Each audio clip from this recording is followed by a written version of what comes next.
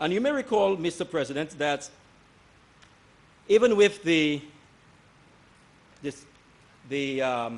policy statement of the Prime Minister, and during his presentation of the Revenue and Expenditure Bill, he made mention of the various funding sources of this year's budget. And of course, Mr. President, you will also appreciate that the government of Saint Lucia is unable to raise, through its revenue sources, local revenue sources, government revenue sources that is, sufficient money to run the affairs of government, particularly that of capital expenditures. And therefore, to fill in the gap, the government has to go to the market to borrow money. And this is what the government has been doing consistently, except, Mr. President, prior to 1997, when capital expenditures were actually being funded through recurrent revenues. But we saw a shift from that since 1997. I wouldn't go into detail on this here, but this is what has happened. Prior to 97, the capital expenditures were being financed through recurrent revenues. But now we have been going to the markets to fill in the gap of our revenues to undertake capital expenditures. And this is why we're here this morning, Mr. President. As we speak, this fiscal year, 2017-2018, $262 million of our bonds will be maturing. And therefore, the government, since the government doesn't have the cash flow to pay down these bonds, the government will go back to the market to try to negotiate and reissue these $262 million. I was able to get, Mr. President, I know the other side, the opposition side, they tend to ask for details, so I would try to avoid them asking for such detail. So I will try to see if I can assist them in avoiding asking one or two questions. Mr. President, as I said, $262 million would be rolled over. I would say that the bonds will be matured within this fiscal year. We have bonds that are as long as 10 years, which will be maturing this year. We have some bonds that's 5 years old, which will be maturing this year again. There were bonds that were taken 2 years ago, maturing this year. And there were bonds that were taken actually 3 years ago. What I have seen here, Mr. President, is that as we moved closer to this current period, we saw that the maturity dates of these bonds became shorter and shorter.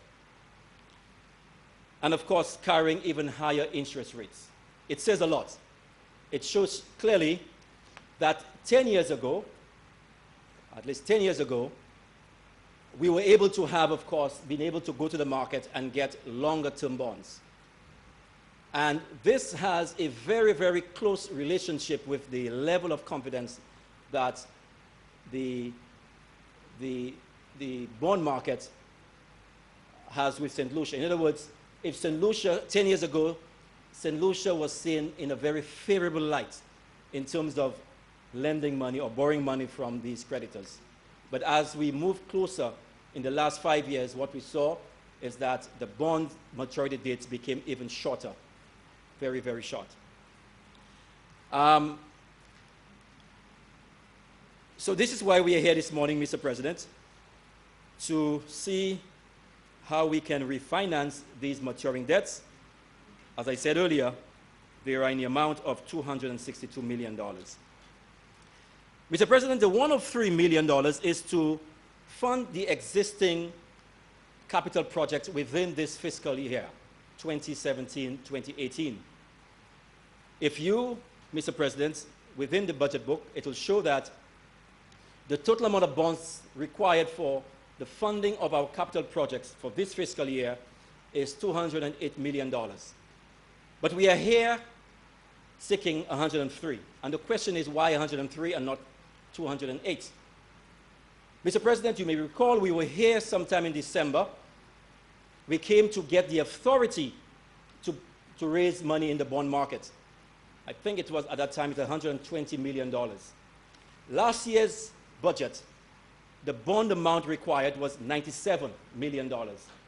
But because of the high confidence, the high level of confidence that the financial market saw in Saint Lucia, there was a rush for bonds to buy our bonds, a rush, or to sell it, well, yes, a rush for our bonds. And therefore, we were able to say to them, we have enough. So we stopped at $120 million.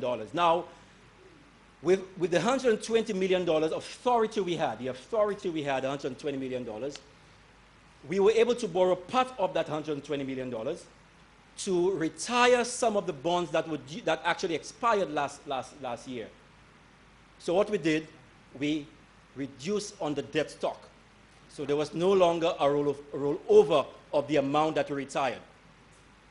But we still have the authority. We had the Parliament's authority to borrow up to $120 million.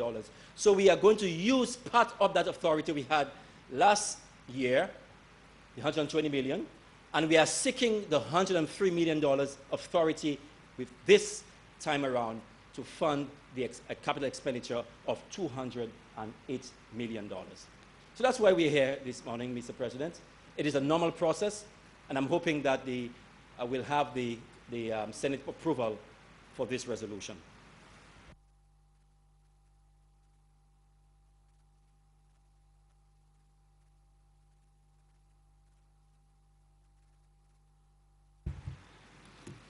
Senators, the question is that Parliament authorizes the Minister of Finance to raise a sum of 103 million EC dollars for financing the 2017-2018 budget. B, a sum of EC $262 million for refinancing the existing debts on the regional government securities market or for private placements at a maximum rate of 7.5%. Mr. President. Senator Adrian Ogier. Yes, Mr. President, on a point of clarification, quoting or requesting clarification from the Leader of Government Business. I believe he said that prior to 1997, capital expenditure was being financed from capital revenue. Senator, sir? Are you making your contribution or are you questioning this? Can you make your contribution, and in your contribution you raise a question and then he will, because he has already made his contribution on the motion? I will sit, sir. I will sit. Very well. Thank you.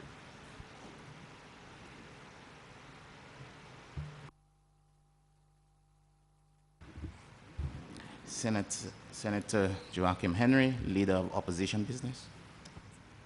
Thank you, Mr. President. Let me say good morning to everybody.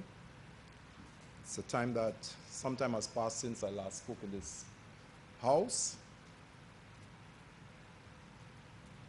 And of course, this morning I would like to speak to the motion that is now on the floor. But before doing so, Mr. President, I would just like to remind us, since the last time that we were all in this House, quite a few persons have gone on or passed away, and all of us are here again. And Mr. President, is something that I note and I continue to reflect on, that all parliamentarians that have been part of this House, both from the upper and lower house, are still alive.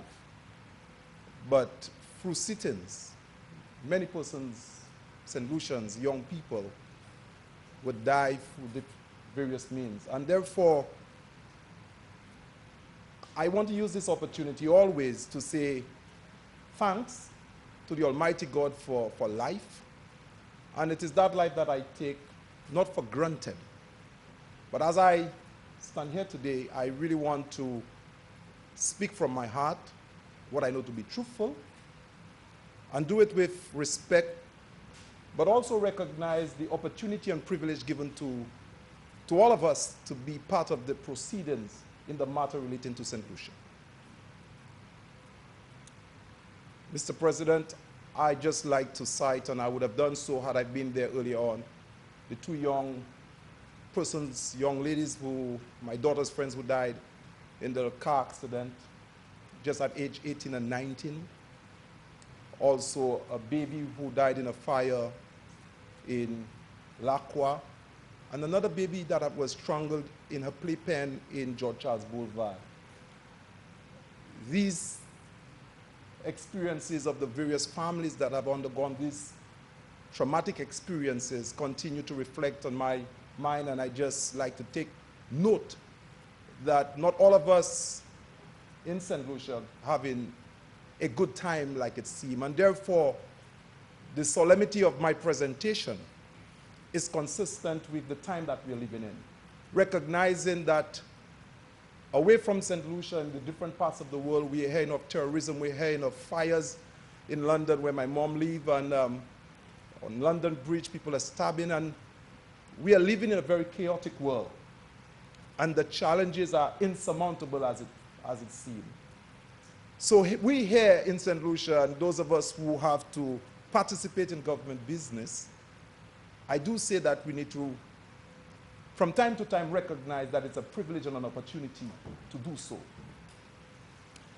Mr. President, I also need to cite that my presence here, while I appreciate it, I'm humbled by it, recognizing that there are so many St. Lucians out there who probably know far much better than I do on some of the matters that we discuss here.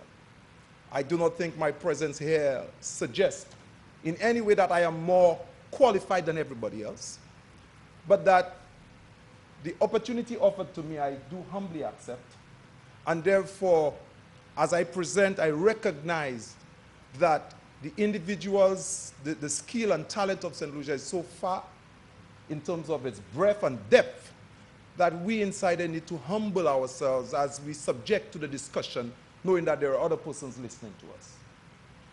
And therefore, Mr. President, I move into the more substantive motion of the government's business to borrow sums as described in the motion.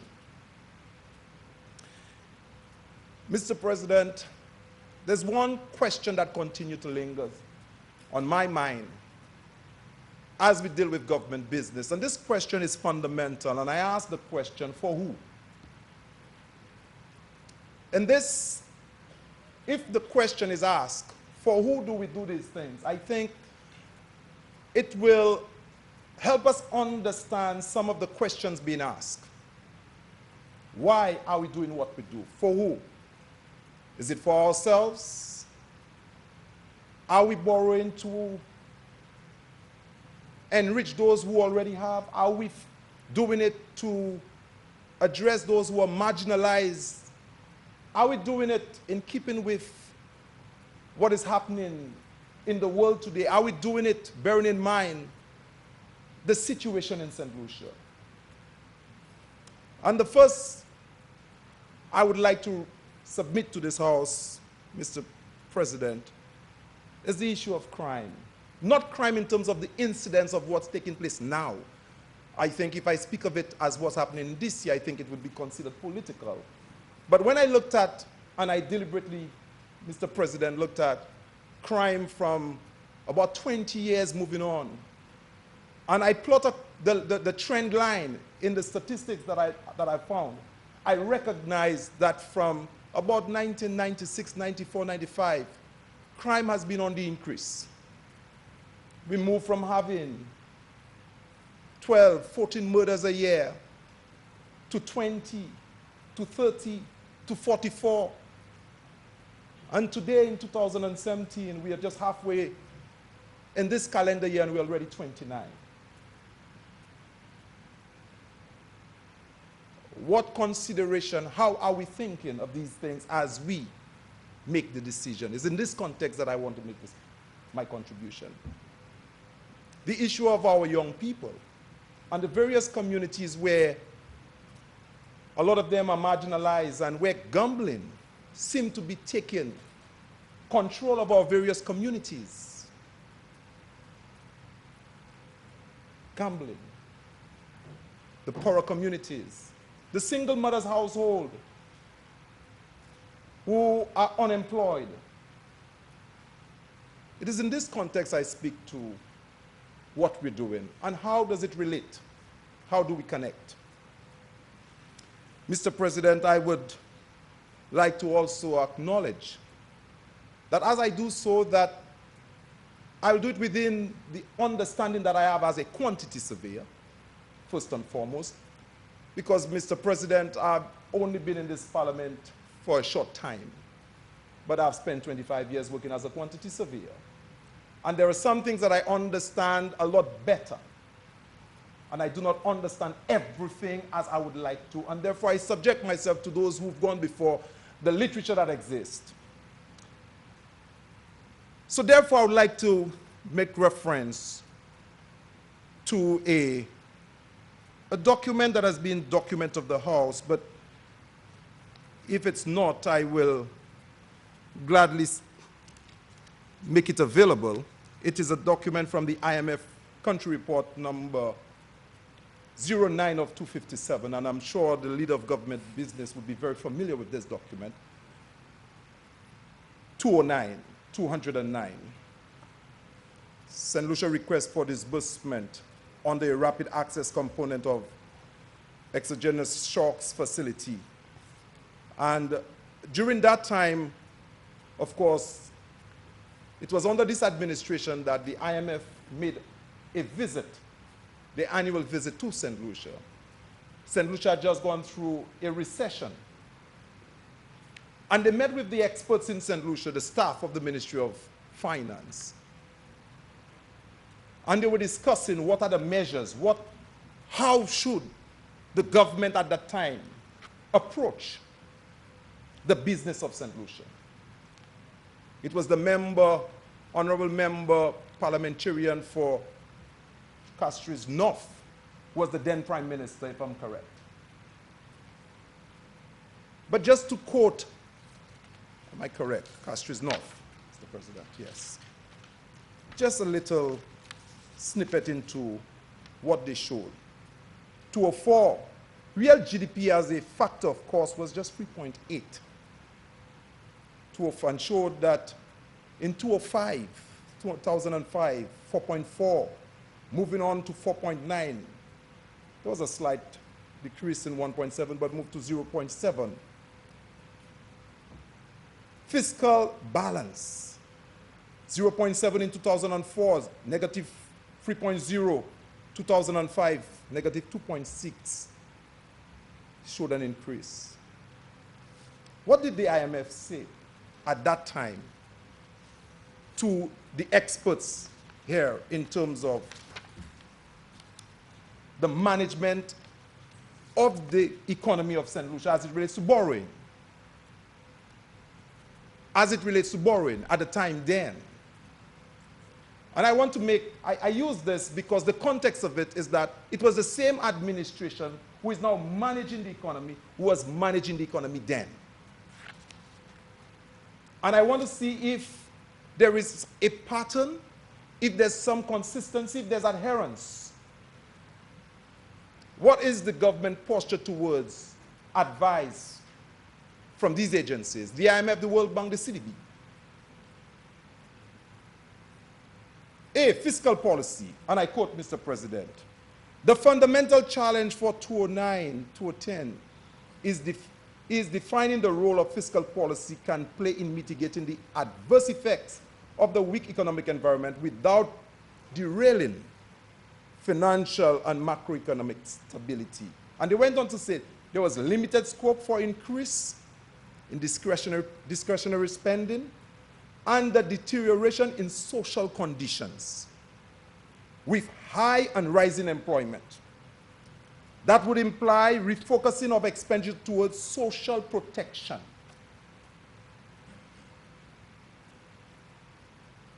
Refocusing expenditure towards social protection. The mission sought the authorities' commitment to a credible strategy that would maintain governance finances on a medium-term sustainable footing while preserving and possibly expanding a pro-poor spending. Pro-poor. Spend monies to the advantage of the poor. Dépenser l'argent côté les pauvres qui ont bénéfice là.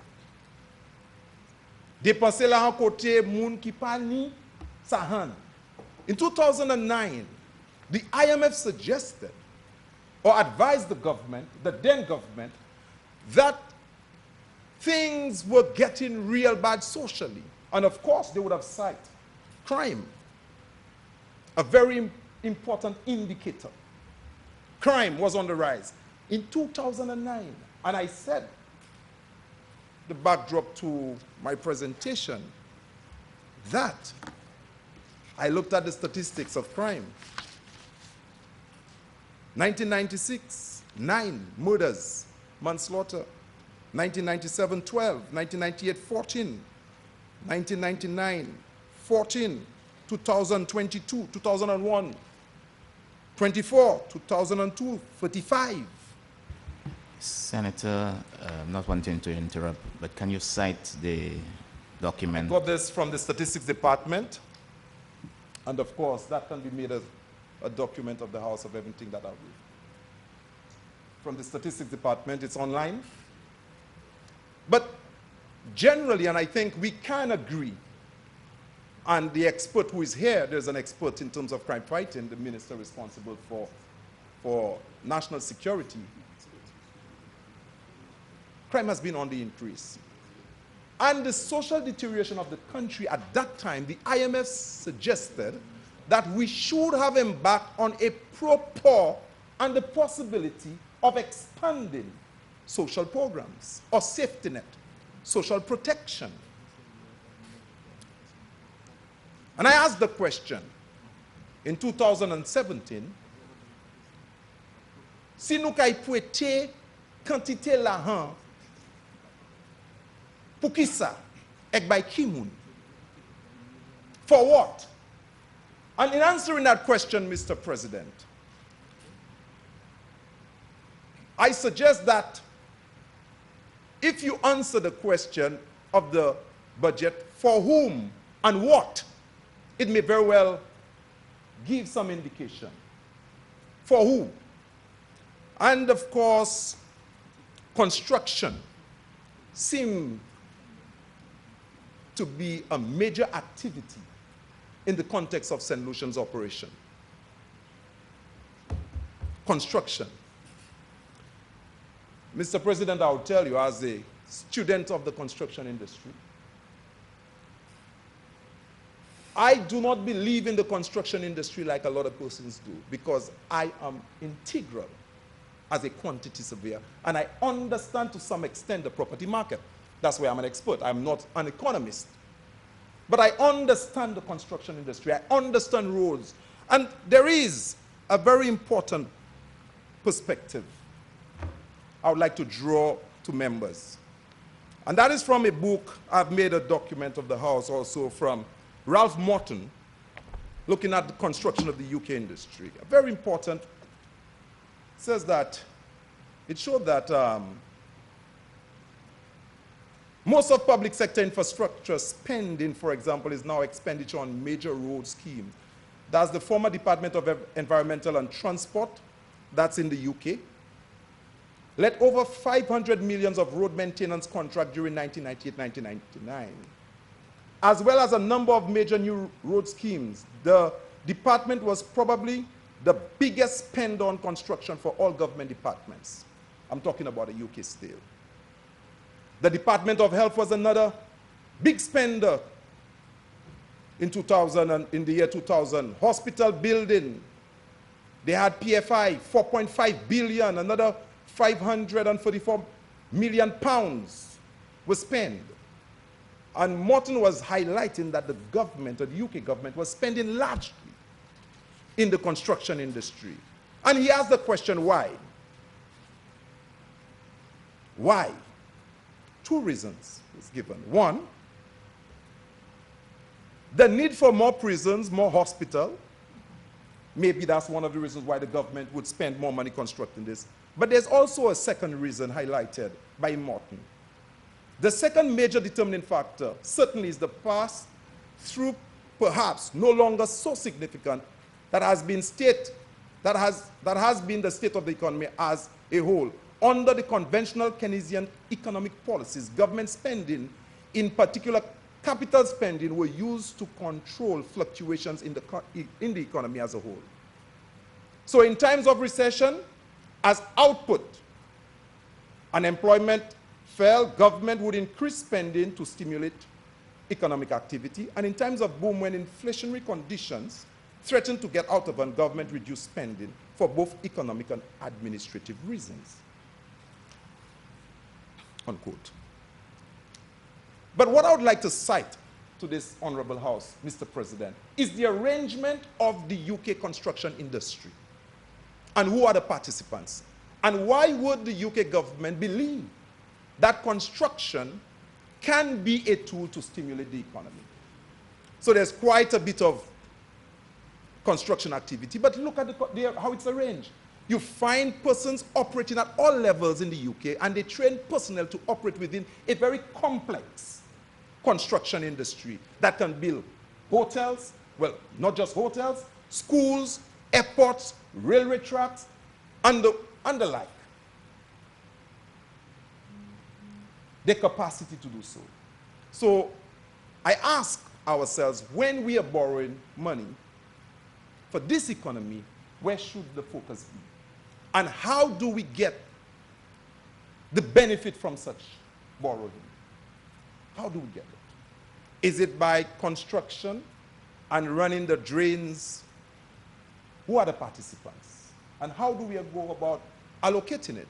There are laws and procurement laws in the UK to ensure that this business of construction is at a sophisticated level. The Royal Institute of Chartered Surveyors and the various professional bodies are highly recognized, even at the level of the royal family. And their participation and how they regulate what obtains. In Saint Lucia, what happens? And that brings me to a question that I asked that was not answered some time ago. And I beg your indulgence, Mr. President. And that was the issue of the audit of the St. Jude Hospital. When I asked the question, what were the terms of reference associated with identifying a professional to conduct? I was cited then that the question was not answered, said would have answered previously, but also indicated that the information is on the website. Hansard would indicate that we have a way of getting it. And I've made it a document of the House, and I just want to reference at this time a concern all members would have as it relates to certain aspect of what we do.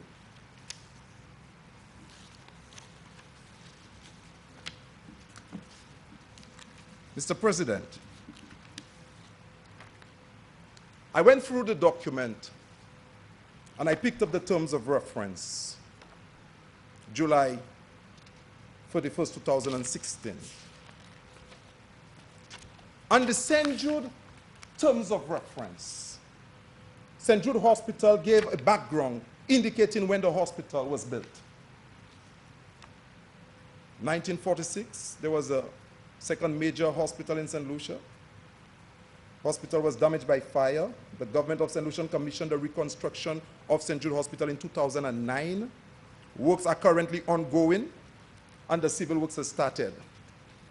But, Mr. President, I cannot help, even in reading the background to the terms of reference, as someone who at another time was associated with the same project immediately after the fire, that terms of reference did not cite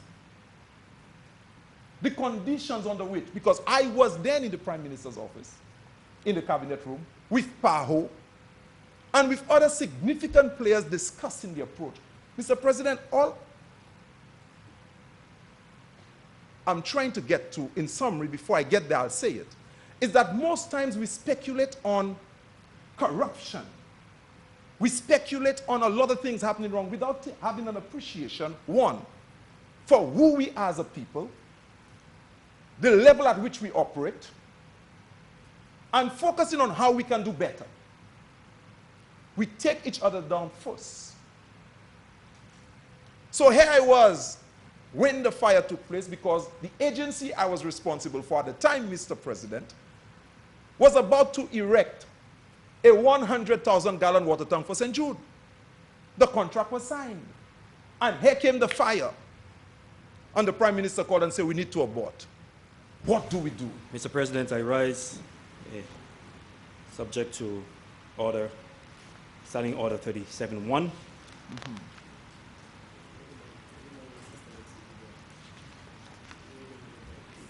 Standing Order 37-1, and I think also 31-2 and 3. It says that subject to the provisions of these standing orders, debates upon any motion, bill or amendment shall be relevant to such motion, bill or amendment, and a senator shall confine his observations to the subject under discussion.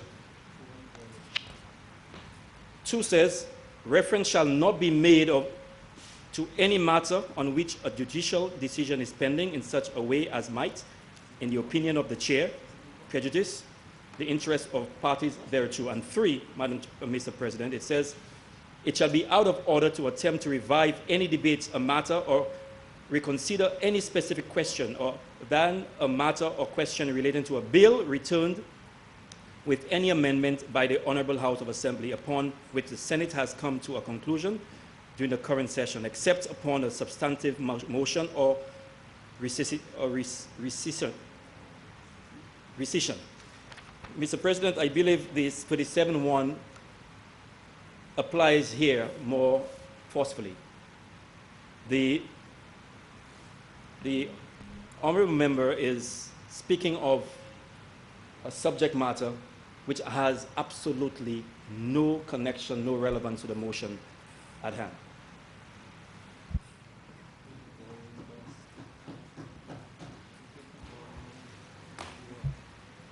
Senator, Leader of Government Business, at this present time, I tend to disagree. And on the basis that is the way the Leader of Opposition Business is going about presenting his presentation.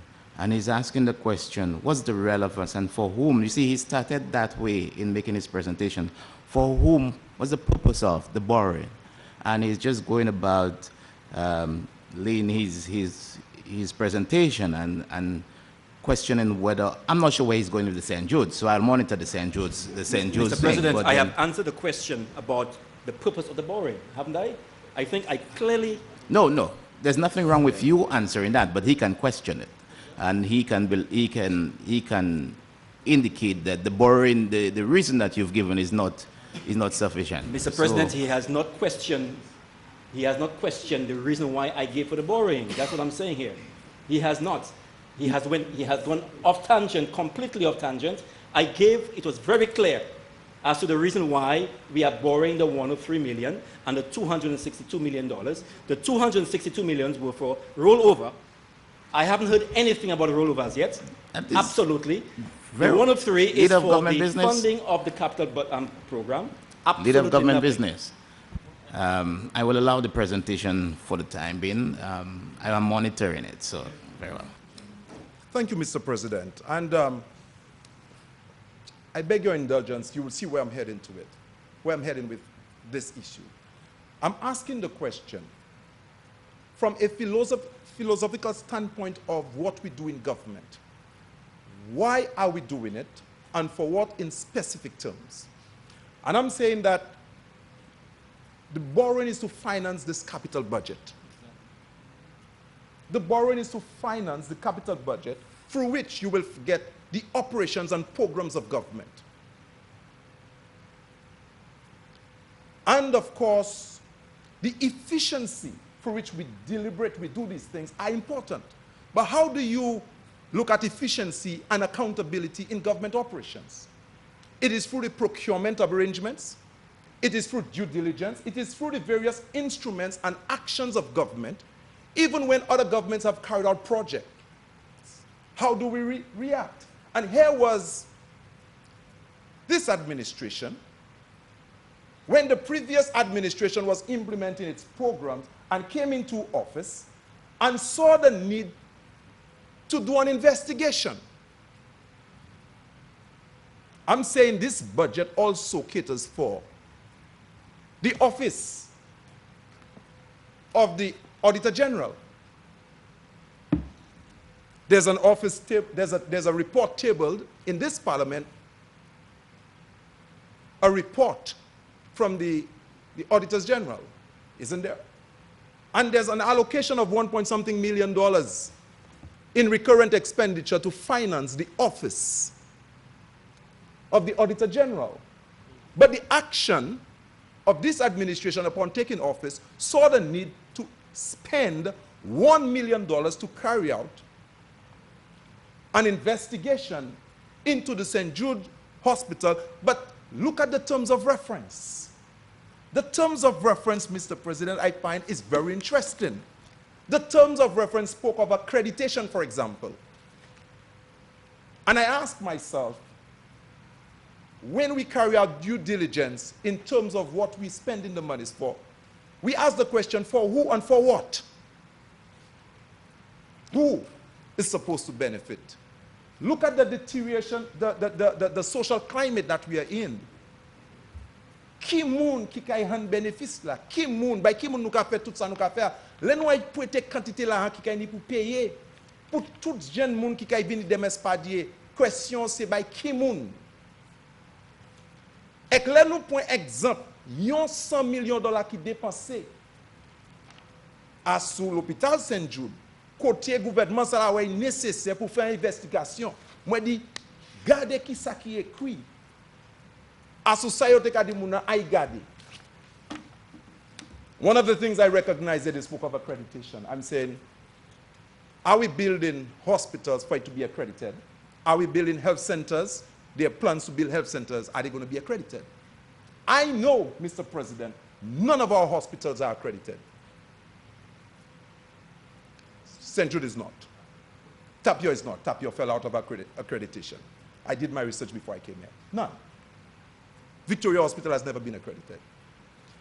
However, if you're going to carry out a technical audit, how do you ask the consultant of a technical audit to determine accreditation of hospital? Accreditation of hospital have to do with its operations, not its physical.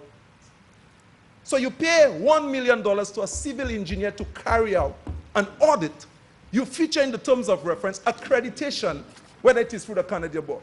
But an engineer cannot. It is a group of professionals, medical professionals, that could look at the various operations. And, Mr. President, I say this because as St. Lucians, we continue to look at our professionals with some kind of contempt. Senator, you have 15 minutes left in which to come. Thank you. Thank you, Mr. President. I will get to the... Our professionals are a value asset to this country. A valuable asset to our country, our professionals. When the Victoria Hospital got burnt, I was the quantity surveyor on it and worked with the French. I worked on the extension of Victoria Hospital for the new maternity wing. As a quantity surveyor, as soon as I heard the investigation, I said, for what? Why spend $1 million? For what? And if, as a professional, if we have respect for our professional, and we are concerned about the monies we're going to borrow, or monies we're going to pay interest, monies that our children are going to spend, we need to be careful how we spend it. And I'm seeing, Mr. President, one, the rise of crime. So the same condition this administration had to deal with back in 2008, 2009, when in the same report the IMF said, they said that they would raise VAT. In fact, a lot was promised in terms of fiscal measure they would have embarked on. This administration, but they did not. And in fact, the IMF said we are happy to know, almost in a celebrative tone, that the UWP administration in 2009, and they gave 2010, will implement VAT and will be the leader in the region. That's stated in the IMF report. They did not. The fiscal position as a result deteriorated even more. And now we have a government back in office. Look at the actions. For whom? Who are the ones leading this thing? Who are you consulting? Who are you speaking? And for who are you doing this? One of the things we noticed, the trend, is that the rich are getting richer and the poor are getting poorer in this country. And if we are not careful, Mr. President, and I'll tell you, and I'll make this point almost to really come to an end in my contribution. When we build high-rise buildings, Mr. President, high-rise building, a large percentage, pretty close to sometimes about more than 40%, is in the services of the building. The elevators, the electrical, the air conditioning. Imported services to come in Saint Lucia to do. The only place where our people participate is in the concrete and mortar, providing that it's not a high-rise, because cranes and operators could do the work in a flash. So when you build high-rise buildings in Beaufort, whether it is through DSH, will you think going to get benefit? Of course, our workers will work and they will get the $150 a day. If they are a supervisor, they will get the $60 as a laborer, $80. But they will retire with waste ache, just like it has been in the past. As a matter of fact, most of the workers, they get the same rate when they go and build plywood house for people anyway. You know who it benefits? The large corporations. Take, for example, the waterfront building. When I worked at planning, $20 million, Care International. Who in Conway got richer as a result of the development at waterfront? Who in Latok, living behind the hill, got better off as a result of Millennium Highway? Who in Millet now is a millionaire as a result of the millions spent for Rosedam? In as much as I believe that these projects are important, we must not give the impression that these construction undertaken under the Keynesian policy or theory of economics will benefit ordinary poor people. It will work in large economies where the construction industry is arranged for people to participate at that level. This is the point I'm making. So in the UK and the more developed economies where you have large businesses, where you have the volume of construction activity taking place to develop the construction sector, and people are being trained to work in the construction sector, that happens. Do not give our people a false sense of security that when we invest in bricks and mortar, they will do better. Agriculture did that for us. It was agriculture that grew our middle class. Why? Because the farmers send their children to school. The farmers send their children to school. The farmers were also able to care for their children because they left their farms early. The hotels that we build in, Mr. President, the people working some shift hours, they're not even there to care for their children. And if you look at, again, our crime statistics, it's rising. It's not an incident that crime is 29 because the UWP is in power. That's not why we have crime, because you're in power. As a matter of fact, the Prime Minister, when campaigning, should not have made a statement that SLC did nothing about crime, and he will. Because had he paid attention to the trend, he would realize that it has been rising and it continued to rise. As a matter of fact, I have a very interesting reading that I got on the police website that was written by the then Deputy Commissioner of Police. He's now the minister. He wrote a paper, and it's there on the police website to read. It said there that Emil Durkheim, classical study of crime, he states that crime is both functional and inevitable. He goes further to indicate that crime becomes dysfunctional when the incidents of crime are either too high or too low. And he went on, very interesting paper, that was written and it's there for some time. He wrote it when he was in the business of fighting crime. So what we have before us of borrowing to run the business of this country, more than ever, if before we used to take it for granted that we could do this thing, continue to increase the debt of this country, as hopelessness continue to fill the corridors and the streets of our city, we will not be safe in this country. We will not. And I'm just asking that this side of the house, the government whose business it is to do this thing, to put measures in place to prevent a useless audit of spending $1 million for something that was absolutely not necessary. Absolutely not necessary. I've went through the entire report and I have not seen substance.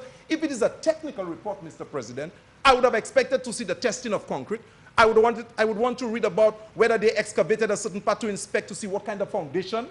I would want to see they comment on the architect. But when I looked at the terms of reference, they said the person doing the audit must have just minimum 5 years experience. Can you imagine an audit of a hospital?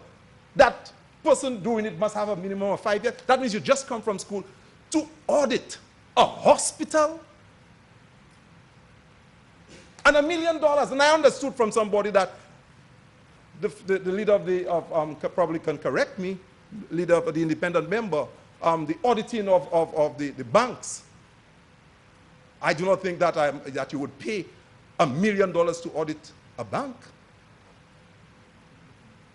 A construction activity, and then all of the information is there available. But notice, Mr. President, there's silence about this. And this is where, as a country, we need to develop political maturity and not develop what I call political giantism, where everybody inside of it believes, because they're offered the opportunity to speak here, that they are experts on everything. They medical, they can talk about the hospital. If you talk about, I notice they're talking about quantity surveying. I will not respond to remarks made about myself in this house, because one thing I've said to, didn't listen to my wife. I mean, don't get inside of that, they'll talk about your business. I say, I'll bear it. So I'll not respond. I'll endure it. Talk about me. But I'll tell you I'm a quantity surveyor for 25 years. And anything that I've done, take me before the right set of people and let the right set of professionals analyze it. I'll respond to them. But anybody who is not a quantity surveyor want to stand up in this house and hold a piece of paper and wave to try to discredit my profession, I know, well, I have to endure it. But I will endure it because it's absolutely not necessary. It's what I call a disease where you overgrow in politics. You become, hair get too small for you. And this is where we are in Saint Lucia, you know. Disrespecting professionals. Senator, When I you have meet, 5 minutes left. yes, I'm taking this thing to its logical conclusion. I mean, Mr. President, taking everything away, the leader of government business is an economist by profession. I will listen.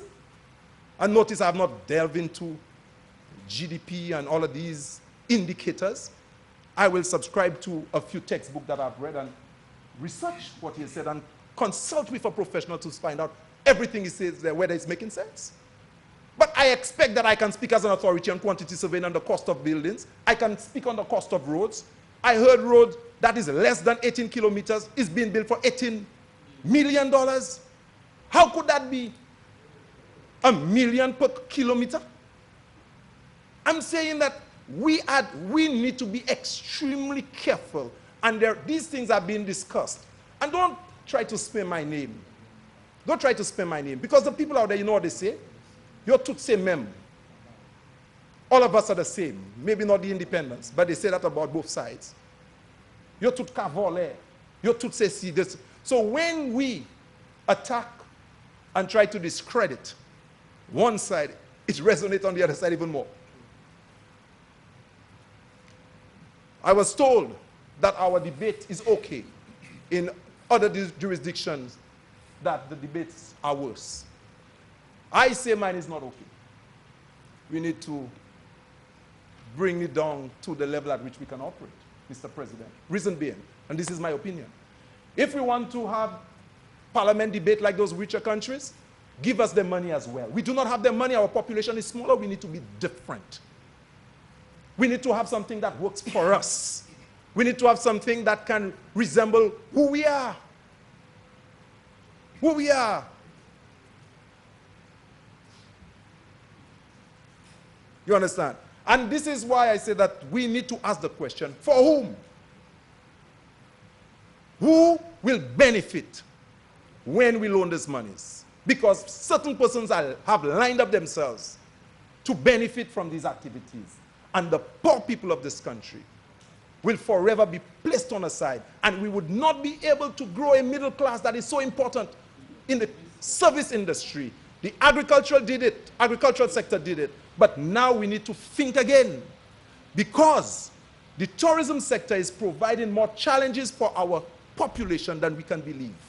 It's not how many jobs we create, but where are the social safety net and social protection to manage these children when their parents go and work in the hotel at 6 o'clock in the evening and coming back midnight? Where are the programs?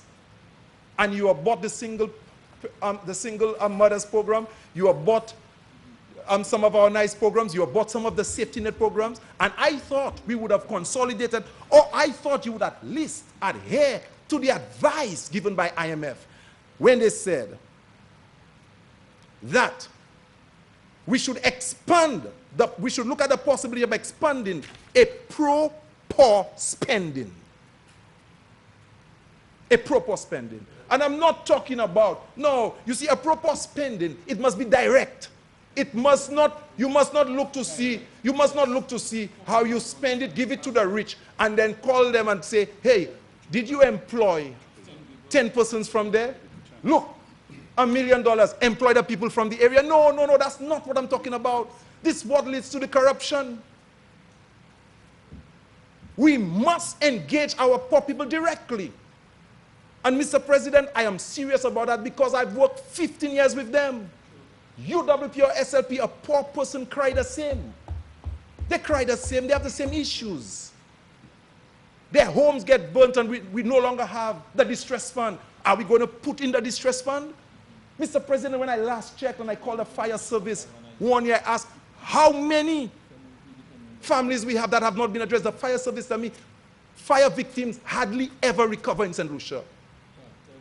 At that time, the independent member I mentioned when she was at the bank, I need to get the name, our senator, independent senator. Yes, I discussed it. And I said, we have a problem in Saint Lucia. The fire service told me that fire victims hardly ever. So I said, let us get all of them, bring them in a hotel. Let's do something to see what we could do for them. I each tried to build one home for one. The Ministry of Planning gave me a stop notice. What's the proper approach? These are the things that have been advancing Senator, wrap in up, government. Please. Mr. President, we are borrowing money and we have borrowed in the past. Government need to come and do its business. I share my contribution to this honorable house that we need to, more than ever, ensure that the people who deserve help in this country gets it. We must not use government resources, borrow money for our children to pay, but give it to a few people who get richer while most of our poor people get poorer. Thank you very much.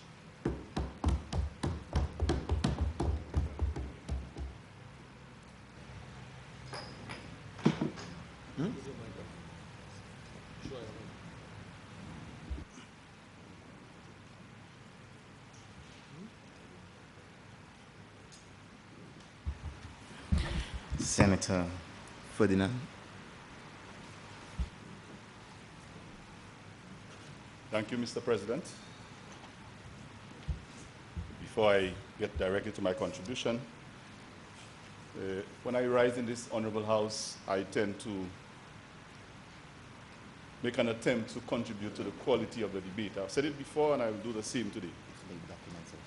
I observe several times what transpires in the lower house, a few times, and I have heard the response of our astute observers, our young people, and persons who wish to learn from the contributions that we make. And sometimes I'm disappointed in what they interpret this gathering to be. And so when I rise, I intend to ask pertinent questions. I intend to contribute to the motion without necessarily engaging in any fight for egos or disrespect to anyone. And I'm hoping that, as was mentioned previously, the upper house continues to show some quality and stands out as far as the quality of the debate that goes on. I think we can do that in a very tactful, professional, skilled way to ensure that the discussion, the debate, and whatever goes on here is worthy of note and will benefit those who follow it. So in that light, I don't expect a battle of egos. I don't expect any of what I've seen previously. And clearly, I don't think there's going to be any walkouts. So, Mr. President, the motion before us is a motion that suggests that the government seeks to borrow in total in excess of $360 million, specifically $103 million to finance the capital budget. Of course, it is not unusual for government, soon after passing the budget, to source funding. That is understood and that is normal. But the question is not necessarily sourcing the funding or trying to raise the money, but who benefits from that funding? And my colleague before me asked, for whom? So my essential question is not much different, but I think I will have a different focus. My essential question is, who benefits? What is in it for whom? Now, my experience has been primarily, both professionally and personally, one that has been associated with youth development, education, sports, community empowerment. And I very well understand the benefit of any government's budget, expenditure, or allocation of resources, how it impacts the lives of those associated with these areas. And so my essential question is, what is in it for those people? Very, very simple principle. Every time there's a question raised about what is done with the taxpayers' money, or especially money borrowed, governments tend to become very defensive, and in some cases you even think that they ask, why do you dare ask? Why are you asking? But we have to ask, because every young person out there, every student, every teacher, everyone who is part of the human resource needs to know and needs to think at least that there is something in it for them. So Arthur was very correct when he did suggest that the key to alleviating poverty is knowledge, is education. And of course, we know that it is not easy to measure the direct benefits of investing or spending on the human resource. We know that. However, we know that most, or if not all, countries that have moved from third world status, developing to developed, their most effective formula has been the investment in their human resource as a capital, or human resource capital. It's not how many bridges they built. It's not how many roads they fixed. It's not how many prisons or hospitals, or even schools. Because you can build schools, but what goes on there is more important than what people sit in. It is how well they manage their resources to ensure that the human resource base is developed. And so my focus here is on what is in this borrowing, in this allocation for our human resource. And I will start with the teachers. As an educator for over 25 years, I understand the relevance and the importance of teachers' contribution to any country, to any labor force, to any economic situation. Our teachers do not get much credit because when all of us do well, people think about the last place, the last degree you got, or the last job you held. But they often don't remember the first preschool or the first primary school you attended, and which individual took you out of a situation of difficulty and ensured that you made it. And these people are often teachers. So if we're going to borrow $103 million to refinance, not to refinance, but to finance capital budget or capital expenditure, or to finance any government program, I am hoping that we'll keep in mind that our teachers must feel the impact. But Mr. President, let's look at what is in there for teachers. The existing situation suggests that one of our premier institutions, Arthur Lewis Community College, where the teachers are supposed to get pedagogical training through the Division of Teacher Education and Educational Administration. This September, we have noticed that we know that the regular teacher program, the regular teacher training program, will not be offered. And this is a program that has to ensure that our teachers have pedagogical training. They don't go into the classroom not knowing what they're doing. And there was both the primary and secondary training program. Now, one may argue that we have enough trained teachers in the system, but that is actually not so, because in the primary schools, we almost have 100% trained teachers. That is great. But in the secondary schools, we have almost 25% of the staff that is untrained. So it means that our pedagogical training is an area that we have to consider. But while we are borrowing this money, I am noticing that this program is not continuing. So what happens to these teachers who are in the secondary schools, untrained, and seek to develop their pedagogical skills, but cannot afford or are not afforded that opportunity in September? I noticed that we have another program that used to be for the skilled training. That is the home economics program. And it was a program that was designed for trained teachers to obtain a diploma, whereby they can also improve their grade from grades 8 to 10, and they would return to the schools, primary and secondary, to administer the home ec program. The home management, well, it used to be called home ec, now it's home management, and I think it's also referred to as the consumer science. Fancy terminology has come in. These people would get their full training while they're being paid, and were able to go back and improve the technical education aspect in the schools. And as we know, the economy now is seeking skilled personnel. It's not about just knowledge and academics. It's about skill and competence. And that area speaks specifically to that. But what happens now? This program is being offered, but it's now offered to anyone. You don't have to be trained.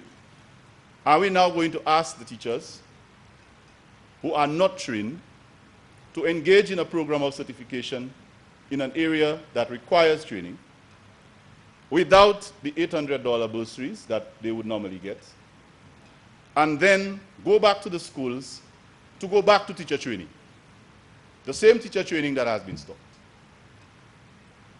In addition, Mr. President, when this program was in its original state, a teacher could have left Sir Arthur Lewis Community College with a diploma in home economics, and in 2 summers pursue a bachelor's degree at UTech in Jamaica in 2 summers.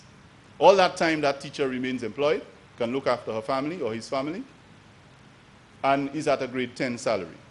And of course, in 2 summers, that is the August vacation, that teacher could have enrolled in that program and move up to a grade 12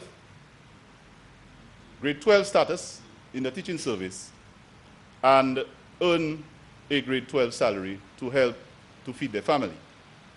Right now, what is happening is that this program is now being offered to people without the teacher training. So it means when they have finished that diploma program, they cannot go to Jamaica to pursue the UTech program. They cannot get certified with a bachelor's degree in education, or in home economics or advanced home economics. And it means they are at square one. So why are we introducing programs that are not taking people where they need to go, while we are terminating those that were doing just that?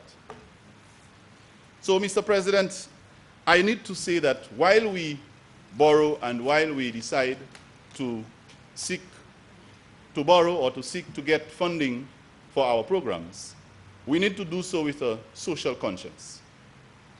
We need to ensure that it's not only about profit and direct returns. We are dealing with people. We are dealing with human beings whose lives and their activities depend on the policies of the government. So my question still remains, what is in it for those people? Mr. President, I also want to ask, what is in it for the young school leavers?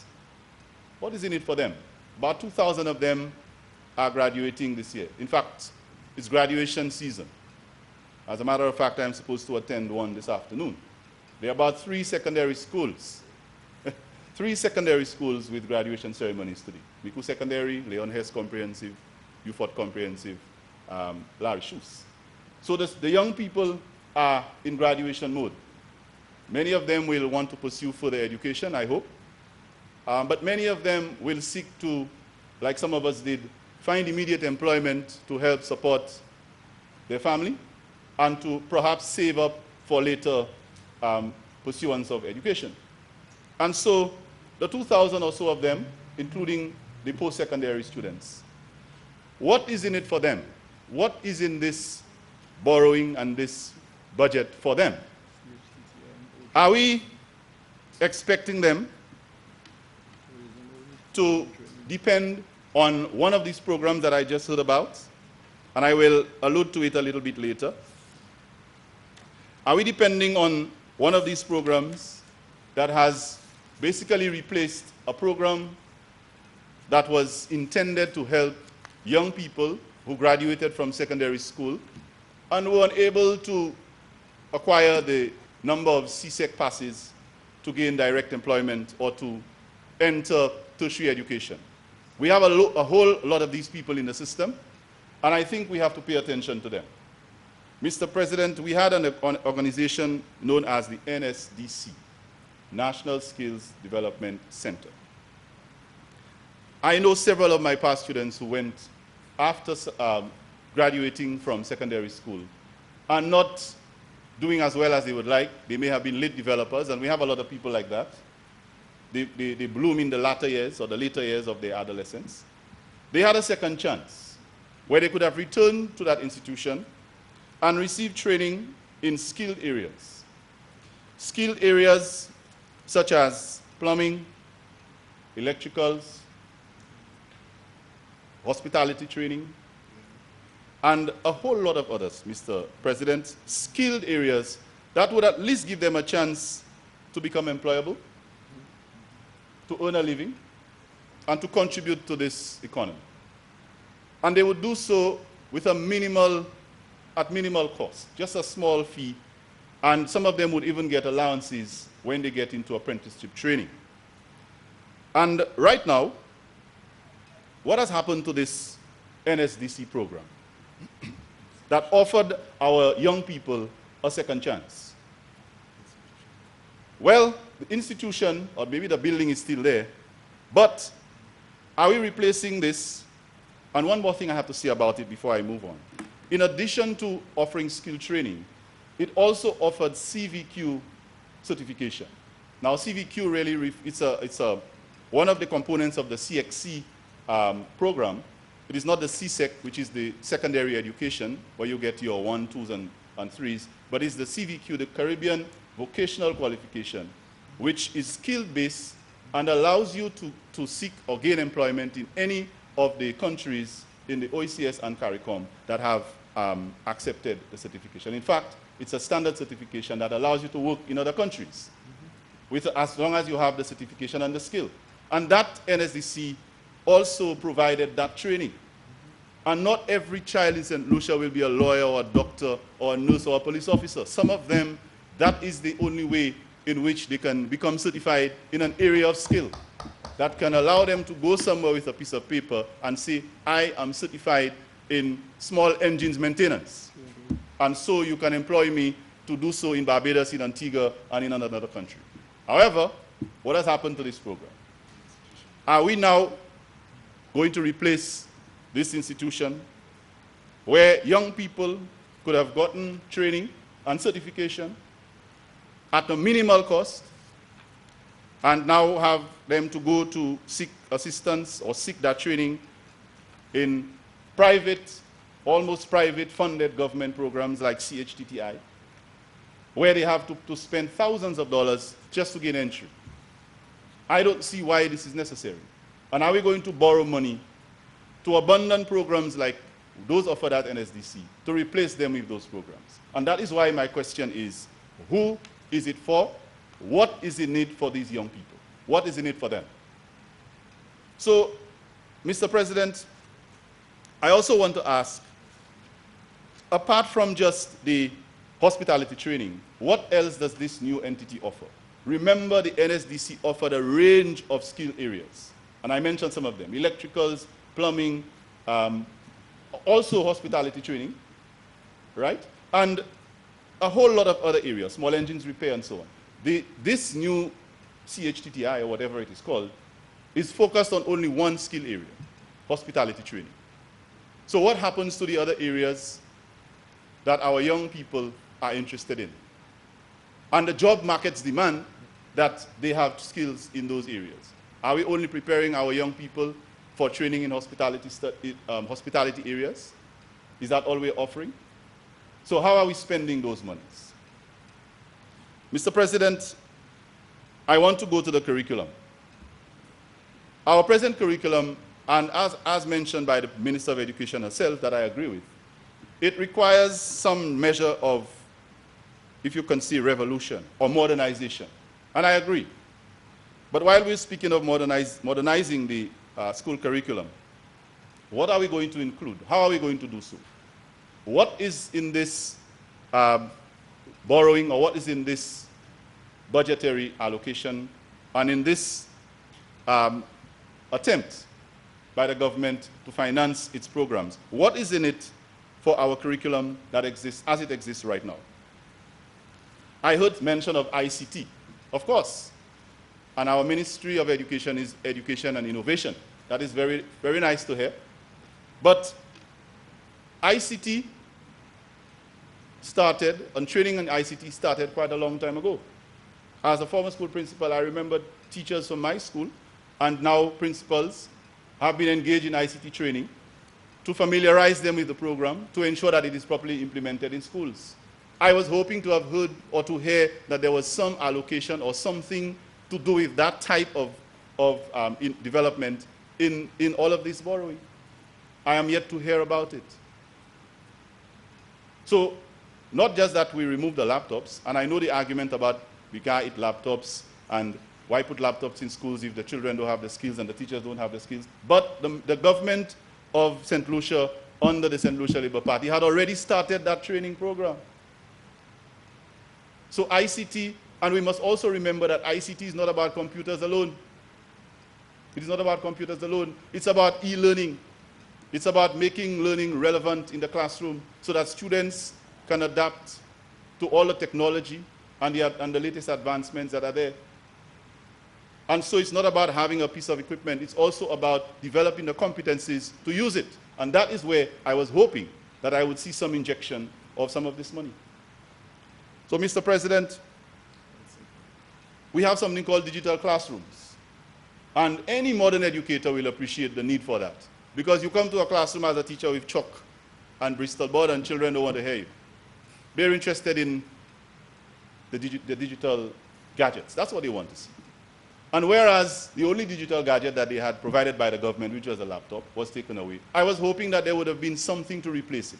Not necessarily giving them specific things to go to the classroom, but at least a pronouncement of a policy or something that would speak to making the classroom environment one that is more digital friendly. And I'm yet to hear anything like that. So I am asked, if I was a young man going to school at 15 or 14 right now, I'll be very concerned as to what is in this for me. My government's first budget upon entry, and they have not made any pronouncements that are geared towards looking after my needs. The only thing they have done is to take away something that I may have had or I may have received in September. So, Mr. President, when we borrow money, and I know governments have to borrow money, I don't have a problem with that. When we seek to do that, we have to ensure that what we do with it impacts those who need it most. And we must never forget the importance of our human resource. I know governments like to boast about buildings that they have up there, and you can go over there and you can see that, and this is what we did, and we have bridges and schools and so on, and structures. Yes, but these structures mean absolutely nothing if the human resource capacity is not developed for us to make use of what goes on in these structures. The only asset a government has without oil, we don't have oil, we don't have bauxite, without all those natural resources, is its human resource. That's right. And we develop the human resource not only with degrees, we develop the human resource with ethical, moral, and citizenship education. We must ensure that our young people are learning the right things. A whole set of knowledge is of no use if you don't have the will and the ethics that apply to using it well when you get a job, or when you create a job, that you will not manipulate your employees. So, Mr. President, we need to ensure that these social programs that have been offered are being expanded and not being closed down or not being shut. I want to refer, Mr. President, to another initiative that was extremely good that I found in the education system, and I have heard no mention of it. I'm very concerned about it. And that my colleague, Minister of National Security, I'm sure would be interested in this one. There is a department of the Royal Saint Lucia Police Force called the Community Relations Branch, CRB. And they have done tremendous work over the years with schools. And I think my colleague Minister of Health would also be interested in this. Because usually, when the problems develop in our social networks and in our schools, they land in the lap of either the Minister of Health or the Minister of Social Transformation, the Minister of National Security. Because the casualties of crime, indiscipline, and inappropriate social behavior usually land somebody in a prison, in a hospital, or in some home where we now have to use the taxpayers' money to try to rehabilitate them or to take care of them. And I always offer the argument that the best medicine, the best remedy for these is not correction at bodily or punitive measures and punishment, but prevention. If we can prevent them, then we don't have to worry about spending money to fix them. So I returned to the CRB department of the Royal Saint Lucia Police Force. In our schools, we had an officer who would be assigned to either one school or a group of schools within a district. And at this point, I want to commend and give kudos to some of those officers who have worked in the schools in my district. I can remember Officer Fanus. I think she's now attached to training school. Officer Augustine, she's I think now Officer James. She even got a regional award for her work. And now we have Officer Charles, a former cricketer, Cyril Charles. These officers were very instrumental in helping the schools and the communities manage students or young men and women who were going through all kinds of difficulties at home who would have been dropouts, the would-be criminals, the would-be delinquents, giving them a second chance, having interventions in collaboration with the schools to ensure that these young people can finish school, stay away from all the problems in their social environment, and contribute to the development of the country. The CRB unit, I know that the officers have always been saying that they do not have enough. And I know that we can't give them everything. But I've been very, very impressed with the efforts that they have made. So I was hoping that we have something good. Why don't we build on it? True. Why don't we add something to it? Why don't we allocate, make a specific policy statement that will ensure that the Ministry of Education, in collaboration with the Ministry of National Security, come together and put some meat on the bones of that program to ensure that we can save a few more of our young people in the schools and in the community. Yes. And these programs went beyond just the school, because as a sports administrator in my district, I also saw these officers working with the youth and sports councils, with the clubs, with the churches, with all other organizations to ensure that we keep our young people in check. And we provide them with alternative ways to resolve conflict, to deal with issues of neglect, even issues, basic issues of their health, hygiene, and nutrition. And I want to say that, my colleague minister, I am hoping that we will not continue along that trend. We are better off spending money on that than spending money doing forensic research when somebody has died. We are better off spending money in prevention than arresting people, prosecuting and spending millions of dollars to put them in jail, to come back and use tax money to feed them. We are better off dealing with those social programs. And we have the avenues in place already. We do not need to go and reinvent the wheel. They are already there. So I think my question essentially is, what is in it for these people? And I need that question answered, and I'm hoping that it will not be, the response will not be what I've seen in other places. Whenever a question is asked, that someone stands up and instead of addressing the issue, starts rehashing what you did and what you didn't do and when you were there. That is not what I hope will happen in response to these questions. I am hoping to hear that there would be some serious pronouncements on these matters and not reminding us of what, because by the way, none of us was in the previous government, so you can't ask us those questions because we won't be able to answer them. But guilty by choice. But I believe that it is more important for us to focus on those issues.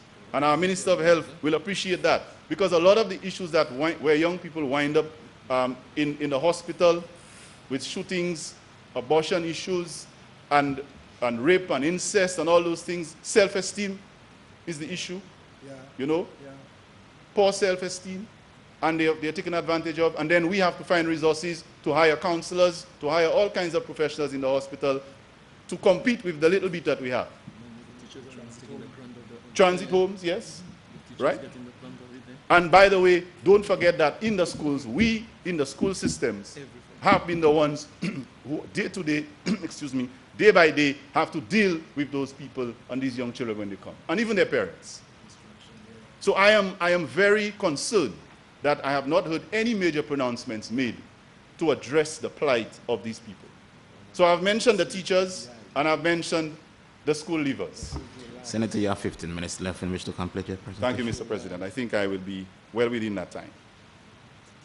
So, Mr. President, one of the things I have to note that I heard the government reps in the previous debate mention that they are trying to justify the borrowing. And don't forget, it is borrowing that the government said that they wouldn't do. I don't know how you could say that you wouldn't borrow. I mean, it's common knowledge. And in a deficit budget, it becomes even more important that if you have to borrow, if you have to, I'm not saying you cannot, if you have to, you need to justify it in a way that people will say, okay, we would have preferred if you didn't borrow, but since you are going to do this with it, we will be happy to know that you're borrowing. So I heard the justification, the attempt, that the government is borrowing the money, and the money will be spent on St. Lucians. Well, I ask, which St. Lucians? Which St. Lucians? And I also want to ask, Mr. President, Aren't the principal's assistants who were sent home St. Lucians? The principal's assistants who are now sitting at home without work, aren't they St. Lucians? Aren't these people St. Lucians? The young men and women who would maintain our playing fields, who would go to the schools and work, especially in the rural communities, with the school PE teachers to ensure that the young men and women are involved in organized sport and help maintain the grounds. Aren't these people St. Lucians? No. We say that the money is going to be spent on St. Lucians, of course. But which St. Lucians? Aren't these young people St. Lucians too? Don't they need to have something to do? We have sent them home. Huh? And I also want to ask the farm labor assistants. I know one of them from Miku South who was unemployed, and when he gained the experience by working for someone through the farm labor assistance program, he then set up his own farm. And now he doesn't need it anymore because he's now able to manage himself. So there is benefit, and we like to say, oh, you don't give people handouts and so on. Yes, there is collateral benefit in these programs because people don't only do it, they don't do it and continue to think that they need it. They do it and they learn from it. They have been empowered. So when this young man moves on, isn't there another young man who needs an opportunity to do the same? Or are we going to stop it and say, oh, it's short term and we can't continue? We have to continue because there are other people, when some people graduate, quote unquote, from it, that other people will come in and will benefit and can do likewise. So the argument that these are temporary programs and they are not sustainable, I don't buy that. Because there will always be another young person or another one who needs the opportunity so that they can create opportunities for themselves. So, Mr. President, I want to say, in wrapping up, that there's this notion, and I don't want to, as I said in the beginning, attack any personality, but I will speak to that notion that when we do something for you, we are in government, we are politicians, we are government ministers. When we do something for you, be grateful because we're giving it to you and you didn't have it before. Let me say something to that, Mr. President. Anything that is done for St. Lucia's taxpayers, St. Lucia's children, and St. Lucia's people by the government is not a favor. It's an obligation. And they have a right to access it, every single St. Lucian. So I get that impression that, oh, well, you wanted more, but that's what we give you, so you need to be satisfied with it. So just take it. That type of, autocracy or dictatorship, what you want to call it, where you make a resource available, and I can use an example. You impose a resource on someone or a group of people without their consent or without discussing with them, and then because they have issues with it, just have it because you didn't have anything before, or take it. People, the citizens of St. Lucia pay taxes, and any program, any initiative that they benefit from is not a favor that you're doing them. They deserve it because you have an obligation to provide it.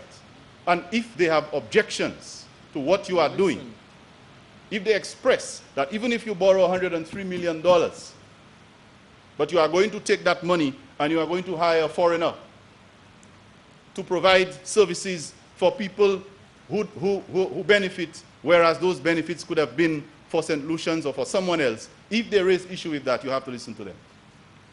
I am hearing that there was consultation on the National Cultural Complex sometime ago, sometime last week. Right? Some notice going around to invite people to a meeting to consult. To consult when? After the fact. When the decision has been imposed on you. You want to consult with me after you've made a decision on my behalf.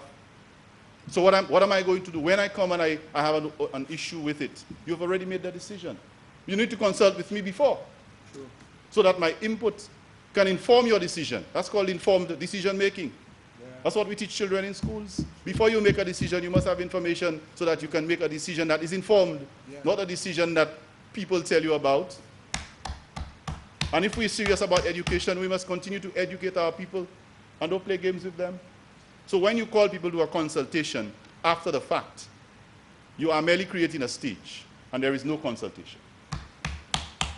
So, Mr. President, as I wrap up, I ask the question again. What is in it for the people who need it? What is in it for our human resource? And I want to reiterate on the point that I made about doing things for people and they must like it because you're doing them a favor. It is said that if you starve someone for long enough, if you keep them hungry, when you finally give them a little something, they think that is so much. You know, it sounds as if they must be grateful because they hadn't seen it before. So are we doing this? Are we dangling the carrot in front of St. Lucians long enough? And when we give it to them because they didn't have it before, oh, the St. Lucia Labour Party didn't do this, but we're coming into government and we're going to give it to you. Of course. But does it mean that because you do that,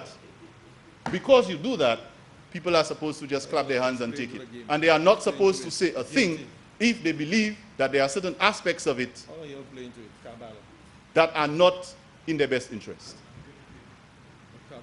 All right? And you need to agree with me, wholesome, not partly. So, Mr. President, I believe that my point today has been made regarding what is in it for whom. And I am hoping that the people who are the most critical resource to a developing country like ours, St. Lucia, our human resource, whether it be school leavers, teachers, educators, businessmen, the people who contribute to the economy and the development of this country with their services, their hard work, and not just those who come in to benefit and take it out. And I know my other colleagues will continue to elaborate on that. Right? That these are the people that we will concentrate what we are doing on. And I will not be hearing in the near future that there will be other projects that will embrace outside resources and give St. Lucians a little bit of a taste of it. But the bulk of the profit or the bulk of the reward goes away from them. Everything we do in this country, we must ensure that the citizens of St. Lucia, the human resource base, are the primary and most important persons who will benefit from it. So I look forward to a response from the government on those issues, and I hope that it will not be, what did Kenny do, what did this one? I don't think it will be of any value to me if I'm asking these questions and the response is going to be about who did what in what year. Your budget. I need to see what's going on looking ahead. So, Mr. President, on that note, I thank you and I will conclude my presentation.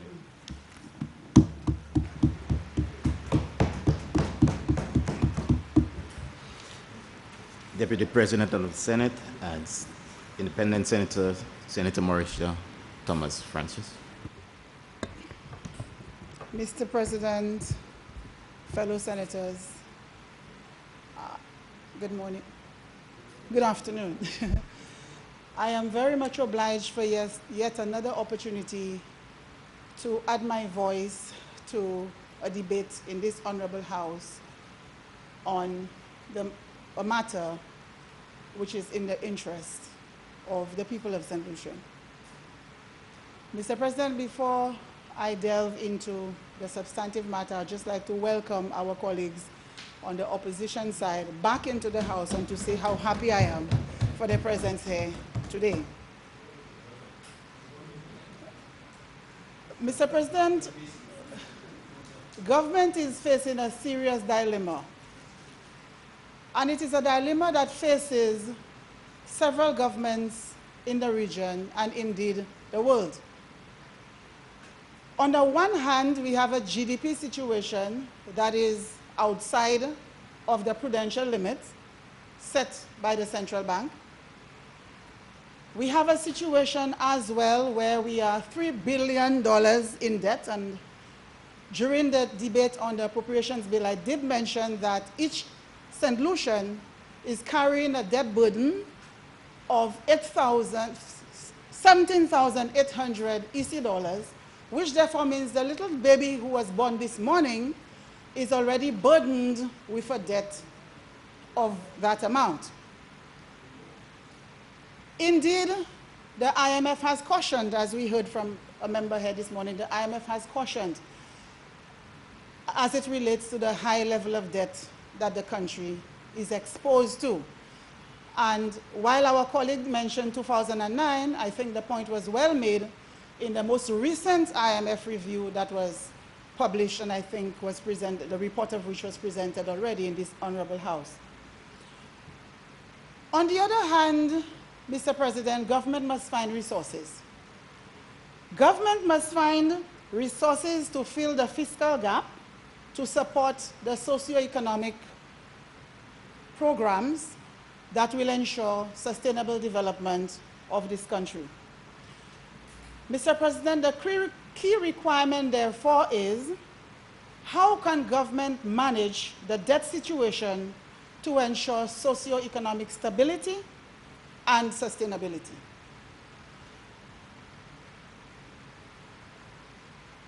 Prudent debt management is a function of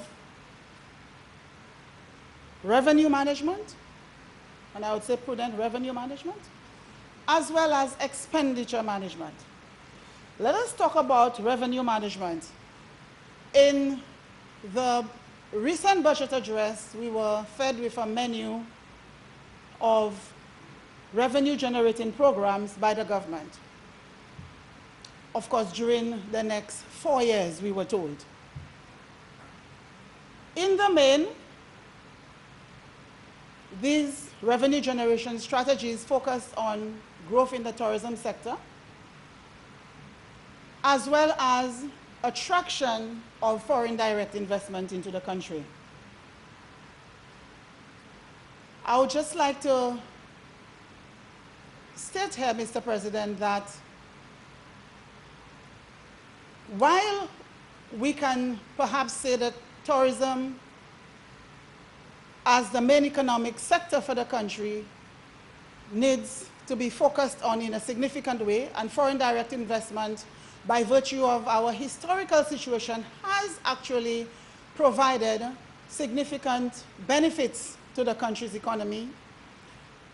We have to examine some of the risks that we are exposed to in this particular situation. And I would like to think that the leader of government business, in his capacity as Minister of Finance, has actually analyzed those risks, but just in case he did not. When we're looking at tourism and we are looking at foreign direct investment, we have the risk element of Trumpism, if you like.